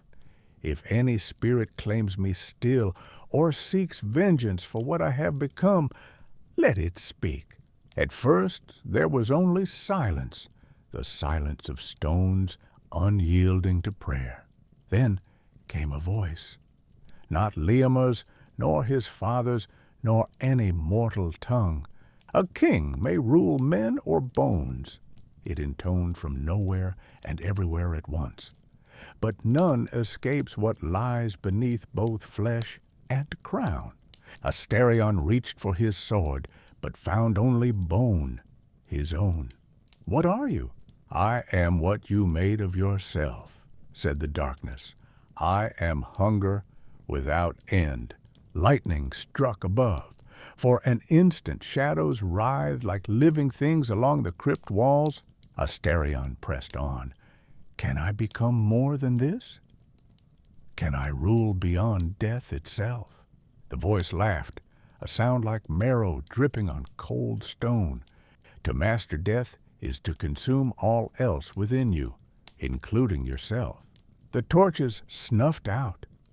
All was dark. Seventh covetous council. When he emerged from the crypt at dawn, Ostarion found Azortia waiting beside the cracked mausoleum gate. "You heard it too," she whispered. Not quite a question. He nodded once. "All magic costs," she said again, more gently this time. "But there may be paths untraveled by mortal or revenant alike." His sockets narrowed. "Speak plainly." Azortia hesitated, for perhaps the first time in all her service to him. "You seek true immortality, a state untouched by decay or doubt. There are rites spoken only at solstice, when veils thin between realms." She trailed off as Kostliava approached down the avenue of broken headstones, twirling a femur like a baton. "The king wants what all kings want," Kostliava sang out, "to become legend and never be forgotten." She leaned close to Ostarion, so that her broken teeth nearly grazed his jawbone. "But legends are lonely things." Ostarion brushed her aside with a gesture sharp as frostbite. "Find me what I demand," he ordered both women, voice ringing hollow as an empty crypt. "A way to survive not only death, but time itself." They bowed low, the loyal and the covetous both, and vanished into mist. 8. The gathering storm. Word spread among living and dead alike. The skeleton king sought something beyond any king's grasp before, a power undreamt even by those who trafficked with Wraith Kings or drank from shrines tainted by Dirgewater's curse. Some whispered hope that if their lord could conquer even time itself, perhaps suffering would end. Others shuddered, for if death was not an end even for kings, what hope remained for those caught in their shadow? Ostarion stalked his halls with purpose renewed, but soul fractured, as if each step took him further from everything that had once made him human. On nights when wind shook empty orchards and rain rattled bone chimes on palace eaves, he stood at broken windows, watching lightning crawl over distant hills, and wondered whether whatever waited at journey's end would resemble victory, or only another kind of rot. End of Part 6, The Tale of the Skeleton King. Part 7, The Promise of Ghostfire. Ostarion stalked the shadowed corridors of the palace, his footsteps echoing like chimes struck by a cold wind, bone upon marble, ceaseless in their purpose, a sound that no longer summoned servants or kin, but only silence and the occasional flicker of candlelight guttering in his wake. It had been weeks since the crypt's revelation, weeks in which hope and terror grew in equal measure, gnawing at him more savagely than rot or regret. The first morning after his return, he found Azorcia already waiting in the Hall of Thrones. She stood beneath the fractured golden sun etched in the ceiling, pale hands folded inside her sleeves of midnight velvet. Kostliava crouched atop the armrest of Ostarion's throne, swinging her legs and grinning, a jackal smile on a skull's face. Ostarion did not sit. He loomed above them, the sword of Leomir buckled at his side, and his own shadow monstrous against the ancient mosaics. "Speak," he commanded, "of this right beyond death." Azorcia bowed her head, silver hair sliding like moonlit water over her shoulders. "The world turns upon its axis, my liege, and time folds upon itself in places where death's grip slackens. Solstice, when the sun stands still, marks such a crossing. But it is on the night of wraiths, when ancestor and lost soul wander closest to our realm, that a door may be forced." Kostliava cackled, swinging upside down now so her hair brushed the cold stone. "Oh, you'll need more than keys and spells? The veil's thin as spider silk, but to pass through, you must pay with terror and memory." Ostarion felt his jaw tighten, bones creaking in discontent. "What must I do?" Azorcia lifted her gaze, and for a moment he saw a flicker. Was it dread or hope in the depths of her eyes? The right demands souls, not merely those plucked from their bodies with blade or plague. No, souls torn from those who have already tasted undeath, whose very essence is trapped between decay and oblivion. Our lands are infested with such, the rot's legacy and your own. Kostliava dropped to a crouch before him, eyes bright as embers. "You'll have to reap them yourself, little king. Only blood, or what passes for it, spilled by your hand will suffice," Ostarion spoke through clenched teeth. "And then, when I have enough?" Azorcia's voice dropped to a whisper that seemed to slide along the ribs of the world itself. "Then, at the zenith of ghost night, you stand within the orchard where first your line was cursed, where you were born and lost everything. There you recite the Ghostfire litany, written in dirge water ink and sealed with bone dust. The spirits gathered will be bound to you, feeding your essence until flesh, memory, and soul burn away, all but your will. Then, and only then, will you cross into something else." Silence pressed on them, as thunder rumbled far off. Ostarion nodded once, curt and final. "Send word to every captain, warden, and bone mage. Prepare for war. This harvest will be unlike any before." 1. The Gathering. Night fell thick and early that day, as if the world itself had sensed what was coming. In crypts beneath ruined chapels and mausoleums crusted with green lichen, Ostarion's necromancers stoked spirit braziers with offerings, frayed hair from forgotten lovers, teeth snatched from plague pits, coins stamped with faces now erased by acid time. Skulls were stacked like urns along the nave of the shattered cathedral, each burning with pale fire. Kostliava marshaled the lesser dead along blood-worn courtyards, spectral hussars mounted upon translucent steeds, skeletons with emerald balefire flickering in their sockets, Bane knights dragged from their tombs by iron chains wrapped around phantom flesh. Ostarion himself oversaw their ranks from atop the cracked dais that once held his father's throne. His army was neither living nor truly dead, a liminality that mirrored his own condition. He issued orders: send raiding parties into the Ghastwood to hunt down wights lurking in fog-bound ruins, scour Dirgewater Marsh for drowned revenants who whispered secrets to hungry leeches, raid the ossuaries beneath Surin Hill for banshees who had feasted on royal blood generations ago. Azorsha moved quietly through these preparations, gathering reagents, bundles of mandrake root, vials of unguent distilled from the venomous ichor of hellbats, scraps of vellum inked in runes forbidden by both Radiant and Dire. On the eve before solstice, she found Ostarion alone in what remained of his mother's garden, a place where roots twisted through broken statues and black apples glistened like bruises beneath a sickle moon. "You hesitate," she said quietly. "It was not an accusation." He did not glance up. "It is not fear that stays my hand," he whispered. "Only memory."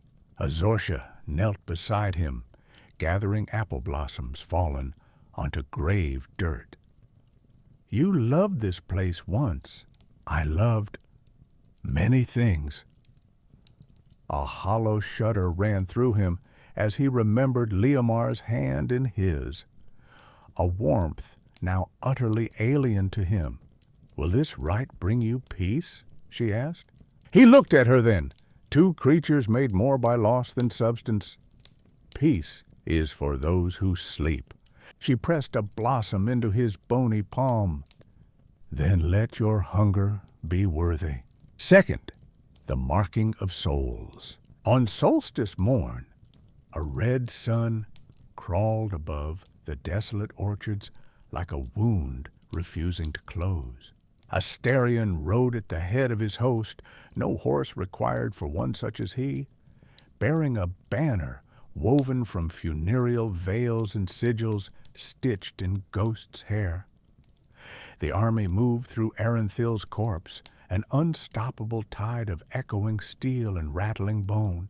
Their first quarry lay in Dirgewater's stinking fens, a congregation of drowned knights who had risen during an old war and refused to rest.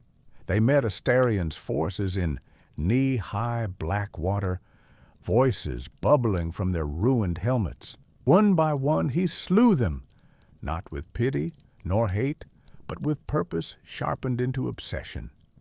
Each time his blade shattered an undead heart, a pale soul uncoiled like smoke and was drawn into an obsidian urn inscribed with his name. Kostliava capered behind him, collecting stray fragments in glass vials, cackling as she worked. 1 for sorrow, 2 for spite, 3 for kings whose hearts won't die right.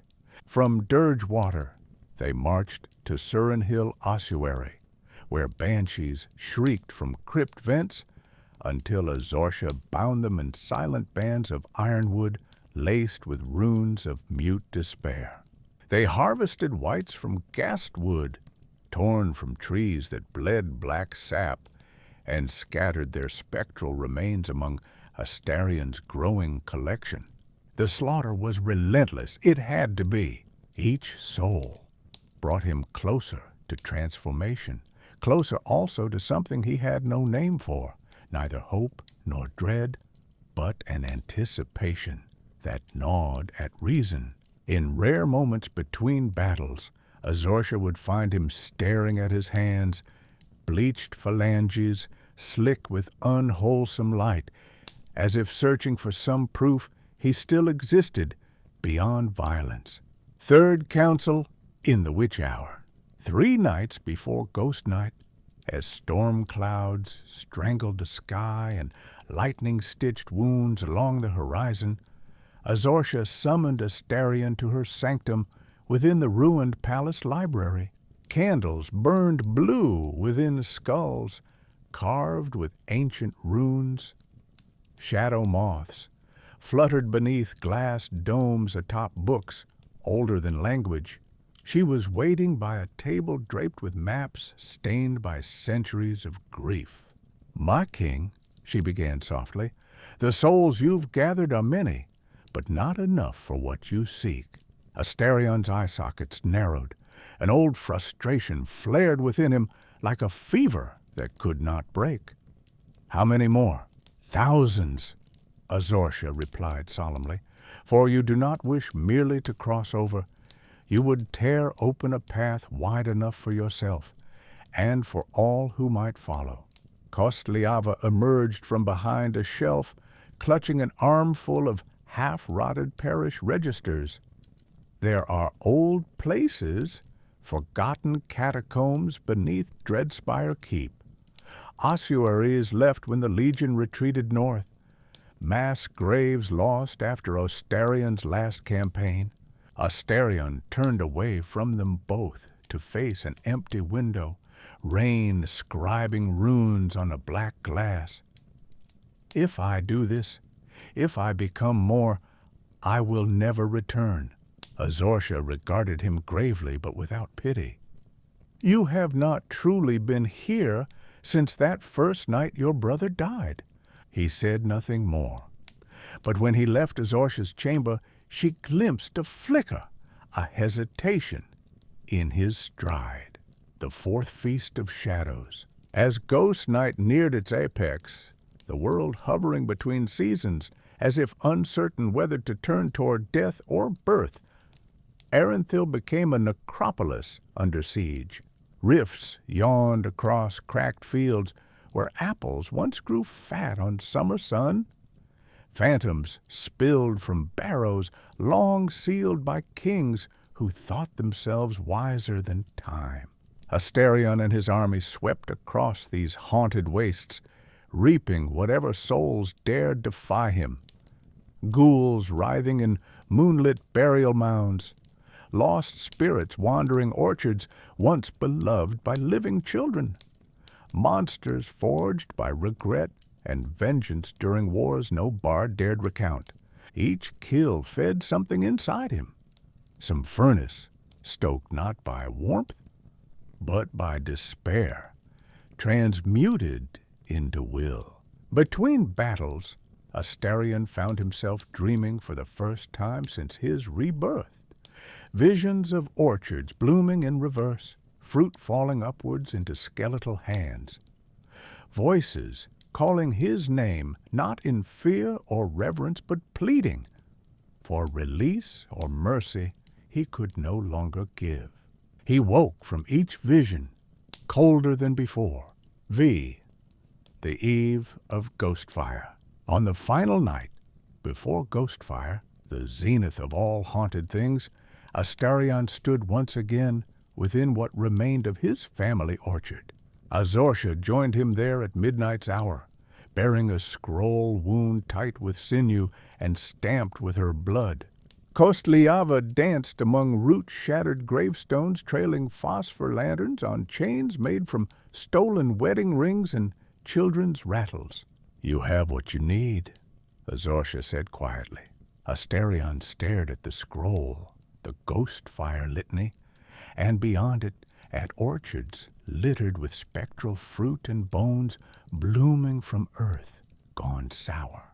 Will I remember any of this? He asked, not pleading, but almost gentle. Azorcia shook her head. What you become will carry only echoes, old pain glimpsed through frost. Kostliava pressed a lantern into his palm. It burned with colorless flame, a cold light that flickered without heat or shadow. For when you walk between worlds, she whispered, so nothing alive may ever forget your coming. Thunder rumbled across the orchard as braziers blazed to life all around them, ghost light twisting through branches like veins returning after centuries cut open by sorrow. Ostarion raised the lantern high, and all around him the dead answered, voices rising like tide water over broken stones, faces peering from mist and memory, hands stretching out to touch one last time their king who would soon be less or infinitely more than mortal or monster. Within him, something shifted, a hunger sharpened by hope at last. He stepped forward into Ghostfire as bells tolled midnight, and was swallowed by light, neither living nor dead.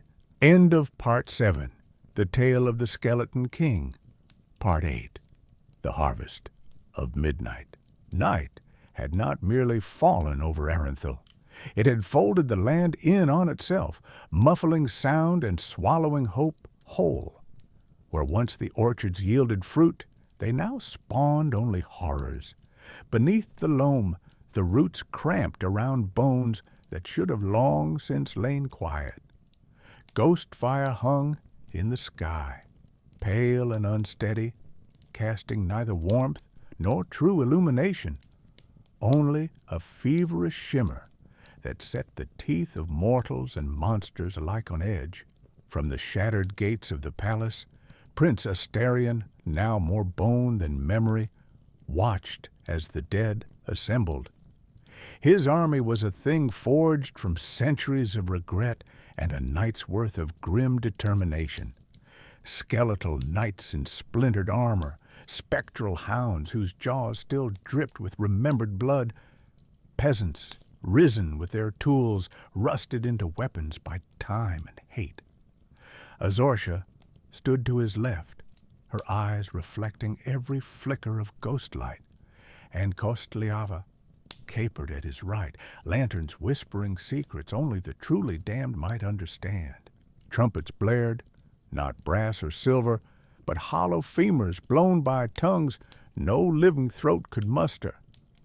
Across the fields, the first ranks of the enemy slipped into view, wraiths in borrowed flesh, their forms shifting between what they had been and what their pain demanded, liches crowned with thorns and regret, drowned children singing lullabies as they floated above streams grown black with rot, and at their head the unquiet duke, the ghost of Leomar's old tutor, returned by some deeper malice, beckoned all toward ruin. Ostarion signaled with his sword, once steel, now gleaming with runes carved in marrow, and the battle began, the banquet of blades. The first clash was so sudden it seemed as if violence had always lived here, waiting beneath the apple roots for some midnight trumpet. Skeletons charged forward on steeds of smoke and bone, axes and halberds raised high. Spirits met them in silence, their hands trailing frost and curses. Ostarion himself led the vanguard. As he swung his blade, each strike carved through more than flesh. Phantoms howled as their souls were wrenched free, their anger devoured by the cold inferno within his ribs. With every kill, Ostarion felt something raw opening inside him, a pit yearning for more. "Do you feel it?" Azorcia called across the carnage. Her voice was serene, her hair blown wild by winds that carried only ash. "Every soul you harvest brings you closer."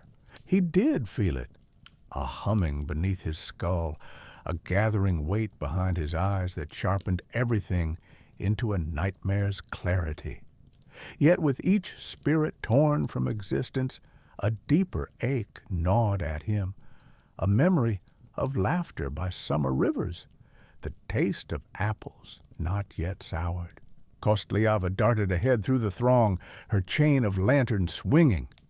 Wherever she passed, ghosts recoiled or fell apart entirely, the colorless flames devouring them from within.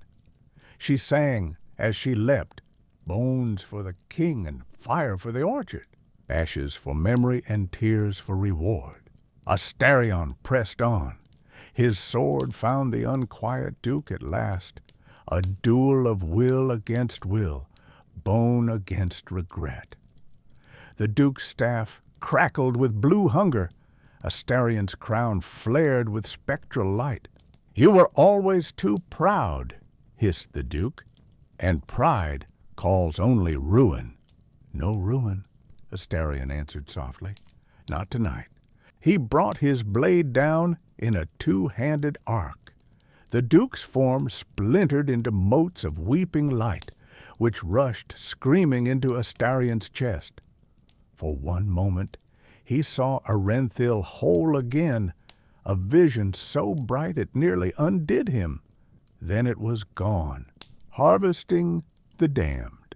The battle sprawled through orchard and crypt alike, each grove now a charnel house. Scream upon scream battered the moonless air. Skulls burst beneath ghostly hoofbeats. Spectral children clung to their mothers' legs, even as both dissolved before Ostarion's army.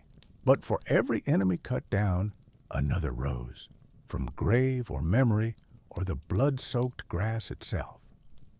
The rot had birthed new horrors, twisted abominations with too many mouths, revenants stitched from regret and spite alone. Ostarion fought among his lieutenants, Sir Wilhelm, helm already cracked through by some banshee's caress, Lady Ginevra, whose bones still wore a withered bridal veil as she hewed spirits apart with great sweeps of her scythe blade. Their loyalty did not falter, though their forms faded with each passing hour. "We cannot hold them forever," panted Wilhelm as he drove a lance through a shrieking ghost. "There are too many." "We must," Ostarion said. "The ritual is not done." Above them all, Azorsha began to chant, the words from her scroll spilling into the darkness like oil across water. "By Marrow's might and orchard's blight, by root and branch and blood denied, let all who gather in this night be bound as one where kings have died."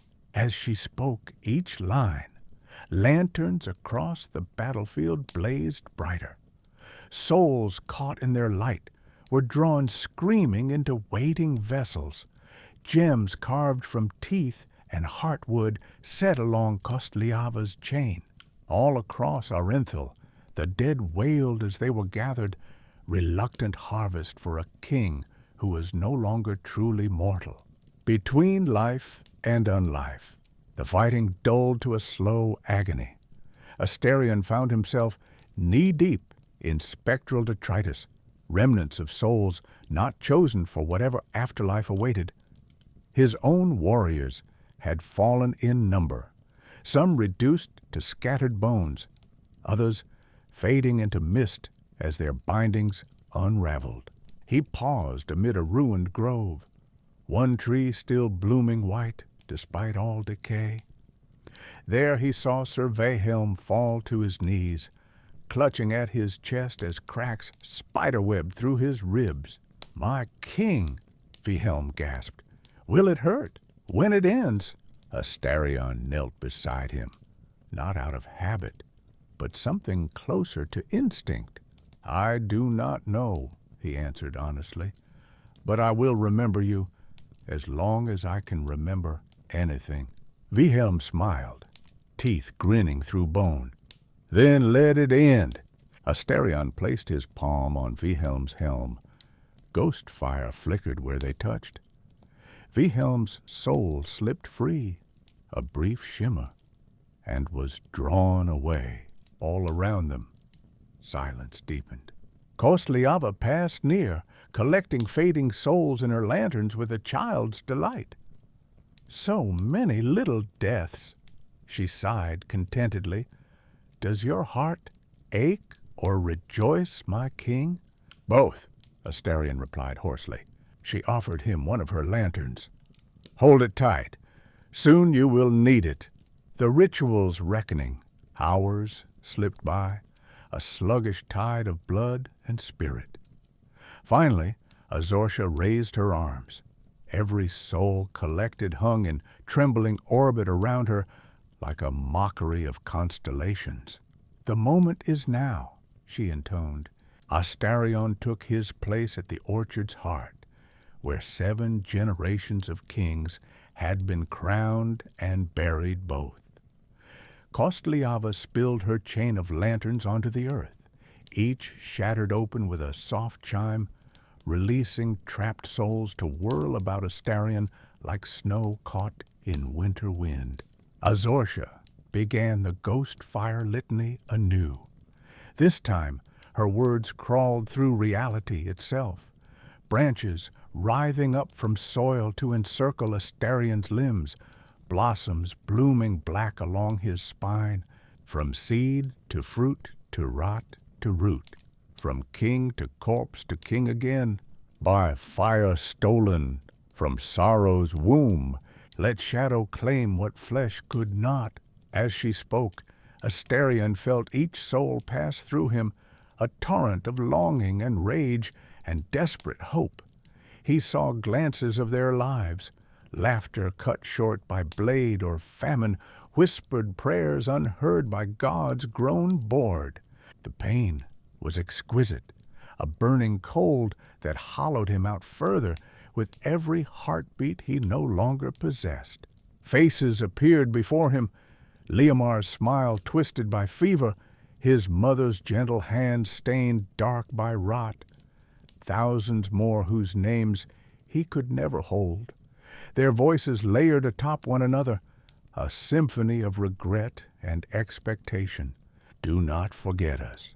He screamed then, not out of fear or defiance, but something deeper, an ache for all he'd traded for this hollow throne. Ghostfire leapt from every lantern and torch at once, blinding white, tinged with mournful blue, and poured into Ostarion's chest like a river into its own grave. The king is dead. When vision returned, time seemed paralyzed, all motion stilled except the spiral of souls within him. The orchard stood silent under new stars. Every body, friend or foe, had fallen slack, as if sleep claimed all alike. Azorsha approached warily. It is done, she murmured. Ostarion looked down at his own hands, flesh translucent around bone, veins flowing with pale fire instead of blood. Kostliava skipped circles around him, singing softly, no longer bone nor man nor shade. The orchard's child has grown unmade, and yet something was missing. A final key turned nowhere in sight. From within him came Leomar's voice, not memory, but presence. You are not alone. Ostarion staggered, but did not fall. He looked toward Azorsha. Who am I now? He asked quietly. She smiled, a rare thing, soft as pre-dawn snow. You are what remains when hope is harvested, she said. You are king between worlds. Long live the king. Thunder broke across the sky, a soundless ripple that sent Ghostfire streaming from every tree and gravestone. The souls within Ostarion grew silent. Something greater than death had bound them together now. All at once he saw not just orchards stained by sorrow, but fields beyond imagining, haunted battlegrounds where his summons might soon echo, ancient cities whose walls trembled at rumors of a king who walked without flesh or fear. realms where living and dead alike would know his rule or dread it. His army rose anew, fewer in number, but changed utterly. Warriors who flickered between form and vapor, spectral banners trailing cold light. Even Kostliava herself, more shadow than skin now. Azortia bowed low. "We have given you what we could," she said. "Now go, seek out what remains." Ostarion lifted his lantern high one final time, the colorless flame within now blazing with captured constellations, and led his army away from Arenthil's ruins into fog unending. Behind them only silence grew, but ahead stretched eternity unclaimed. And so ended Ghost Night, and began the reign of the Phantom King. The Tale of the Skeleton King, Part 9, When Hope is Harvested. The orchard was silent, under a sky no longer governed by the moon's mercy. In place of silver light, new constellations shivered above, a ghostly tapestry of souls captured in the lantern Ostarion bore. Where once there had been the heavy sweetness of rotting fruit, now only frost hummed on blackened limbs, and every blade of grass seemed to bow before the figure that strode from the ruins. He walked as something both less and more than a man, flesh translucent, bones etched with starlight, every movement trailing a fading shimmer like the aftertaste of a prayer. Behind him, the remnants of his army followed, spectral knights, bone archers whose bows were strung with threads of moonbeam, and at their head Azortia and Kostliava, transformed as he had been. They moved in silence, for even the wind dared not disturb the procession. Ostarion did not look back at what remained of Arenthil. He felt its memory, like a shard of ice locked in his ribs, but he was no longer its king. That crown had been forged anew. 1. The Phantom King. Ostarion's first steps as the Phantom King echoed through realities like stones dropped into still water. The world recoiled and shifted, boundaries wavered between realms of flesh and spirit. He could feel them flex and resist him, those old rules that declared the living and dead must walk separate paths. But he was a wound through which both might pass. He learned quickly, with but a thought, he could slip between the veils, vanishing from mortal sight and reappearing where the dead gathered thickest. Forgotten battlefields called to him, vast moors jeweled with broken armor and old sorrow. Here he found souls restless and unclaimed, ghostly warriors still dueling centuries after their dying breath, widows who keened for vengeance, children whose laughter was now only mist. He beckoned them with his lantern's light, speaking in voices layered atop each other, the voices of every soul he'd ever held.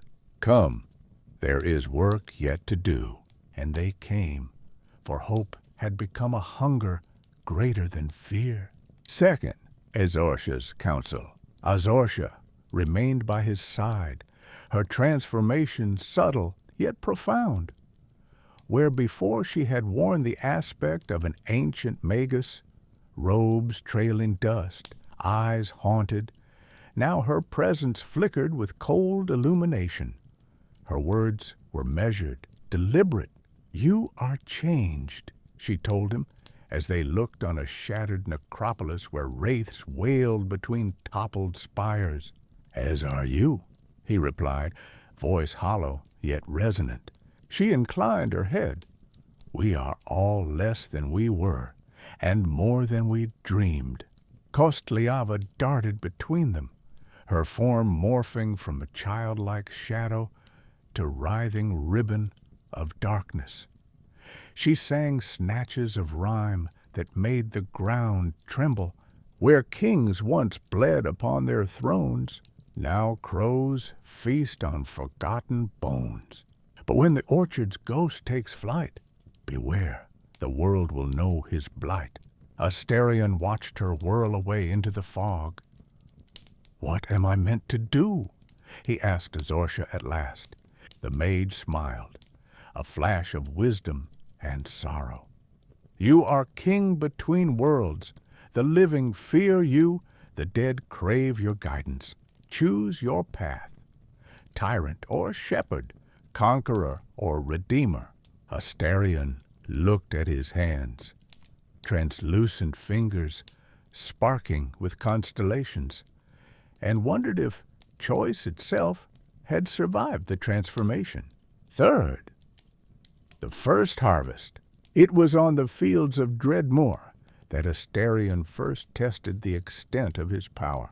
Dreadmoor was infamous, a muddy expanse where, centuries before, 1,000 spears had met 1,000 shields, and none had left alive. Even now, no bird sang there. Only the wind moaned through grass grown rank on blood. Ostarion arrived at dusk. His army fanned out behind him, some spectral, some bone, all restless. He raised his lantern. "Come forth," he called, not in command, but in invitation. From the sodden earth they rose, pale shapes shackled by memory and anger, faces contorted in endless death throes.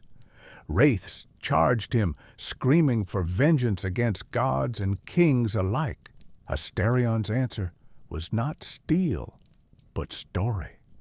He opened himself, a wound through which their fury might bleed away, and let them see his own suffering, his own loss, unending.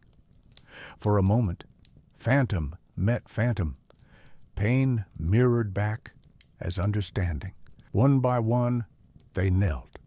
"Will you follow?" he asked. They nodded, some weeping spectral tears that steamed away in dawn's first light. Behind him, Azorcia nodded in approval. "You gather more than soldiers," she observed. "You gather memories, the true currency of kings, forth tides beyond life. Words spread beyond mortal borders, tales of a king whose lantern could summon armies from graveyard and gallows alike, who knew every sorrow that ever haunted a battlefield, whose crown was forged from hope harvested by death itself. Some sought to challenge him. The first was Thane Barovik, would-be usurper who wielded a sword forged from obsidian hate. He confronted Ostarion at the edge of dusk-shadowed woods. "You bear no flesh," Barovik spat. "What right have you to rule?" Ostarion's gaze burned with cold fire. "Flesh decays, memory endures." Barovik charged, sword whistling down, but Ostarion caught it in one spectral hand and twisted, letting Ghostfire consume metal and malice alike. Barovik's scream became mist, his name a whisper added to Ostarion's retinue. Others came, sorcerers hungry for secrets, necromancers eager for allegiance or oblivion, but none endured before the phantom king's patience or wrath. Soon, it was said, where hope is harvested, none may sow dissent. The unquiet crown, yet power is a crown of thorns. With every soul gathered, Ostarion felt himself stretched thinner, each memory added to his own like a thread in an endless tapestry. Sometimes his mind reeled beneath the weight, fragments of childhood lullabies colliding with dying oaths, secrets best left buried surfacing as dreams when he drifted between worlds. One night he found himself walking through memory, a corridor lined with mirrors that showed not just his face but every face he'd ever claimed within himself. Leomar waited there, not as a fever-blighted boy, but whole and smiling as in distant summers beneath orchard trees. "Do you regret it?" Leomar asked quietly. Ostarion hesitated. "I do not know what regret feels like anymore," he replied at last. "Then remember this," Leomar said, touching his brother's spectral hand. "You are not alone, not so long as you carry us." When Ostarion woke, if waking was even possible for him now, he found himself weeping, though his tears were only falling shards of starlight upon shadowed ground. Sixth realms undreamed. Beyond Dreadmoor stretched lands untouched by mortal song, blighted forests where dryads wept resin tears, mountains crowned by storms that remembered only war, ruined cities haunted by echoes older than language. Ostarion wandered them all, his army swelling with each passing moonless night. He crossed into places where time limped instead of marched, the mosaic fields where every blade of grass bore a memory's face, the crypt spires whose bells tolled only for those who listened in silence. In each place he gathered followers, not always willing, but always needing something only he could provide: release from torment, purpose beyond agony, a king who would remember their names when even history forgot them. Here, too, he encountered denizens of Dota's deeper lore. Spectre herself glided near one night, her form refracting possibility and pain. Abaddon watched from afar, curious yet wary, his own oath binding at odds with Ostarion's liberation. The spirits of fallen heroes, Sven's battered helm here, Queen of Pain's laughter there, drifted close, but would not join him yet. Each encounter left Ostarion changed, a little wiser, a little more uncertain what shape his kingship should take. Seventh, the living remember. Not all who heard tales of the phantom king cowered in fear or awoke screaming from dreams where lanterns flickered with their ancestors' agony. In distant keeps and thriving cities, stories took root that were half hope, half threat. That one day the king between worlds might return to claim not just the abandoned dead, but those living who squandered their gifts or hardened their hearts against mercy. A delegation arrived, a group of clerics from the Order of Omniscience, bearing white banners and trembling hands. They found Ostarion standing alone atop a cairn where 3 rivers met under bruised twilight. "Great king," their leader intoned, her voice quavering yet resolute, "do you come as conqueror or as guide?" Ostarion regarded them through eyes now bright as dying suns. "I come as memory made manifest," he answered, "to remind you what was lost and what may be found again." Some wept, others fled in terror, but a few knelt willingly, offering prayers not to gods above, but to the king who walked among shadows below. Whipple, Kostliava's song. It was Kostliava who wove Ostarion's legend into something more enduring than mere terror or awe. She skipped through battlefields and haunted byways alike, her song growing richer with each retelling. He walks where sunlight never dares, gathers sorrow unawares, bone and lantern, crown of frost. No love remains that is not lost. Yet in her eyes sparkled mischief and perhaps hope. "Are you lonely?" she asked Ostarion once, as they passed beneath ruined arches adorned with ivy and bone. He considered, feeling within himself not emptiness, but vastness, a space made holy by memory. "I am many things," he replied simply. Lonely is only one. She nodded, as if satisfied, and danced ahead into fog that parted for her like curtains drawn for dawn. Ninth, the night without end. So time unspooled, a river running backward and forward at once, and Ostarion led his host across realms unseen by mortal eye or untouched by daylight's indifference. With each soul claimed or consoled, he felt closer to something vast and nameless, not vengeance nor redemption, but continuity, a thread binding life to death, loss to longing. And so his legend grew. Children whispered it under bedsheets. Old soldiers carved it into grave markers. Wizards sought it in dreams half remembered upon waking. In time, even gods grew restless, wondering what place there might be for divinity when memory itself wore a crown that would not rot nor fade. 10th Epilogue. Hope unending. The Phantom King walked alone atop a hill ringed by poplars whose leaves whispered secrets only the dead could hear. Below him stretched all the kingdoms he had passed through, all the wounds he had gathered into himself until they no longer bled but healed as scars transformed into constellations upon his brow. He looked eastward toward horizons yet unlived, a place where no king had yet trod, where armies lay waiting to be shaped from mist and longing, where his own story might begin again. From within him echoed thousands of voices, soft now, steady, do not forget us.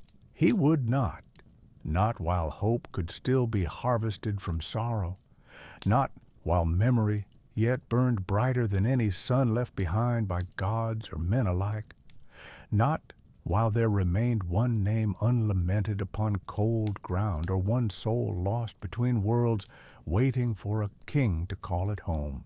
And so Ostarion lifted his lantern high, not as warning nor threat, but as promise, and strode onward into eternity unclaimed, where endings bend and hope never dies. And even kings may find what lies beyond the orchard's rot, the harvest of souls forever loved and never forgotten.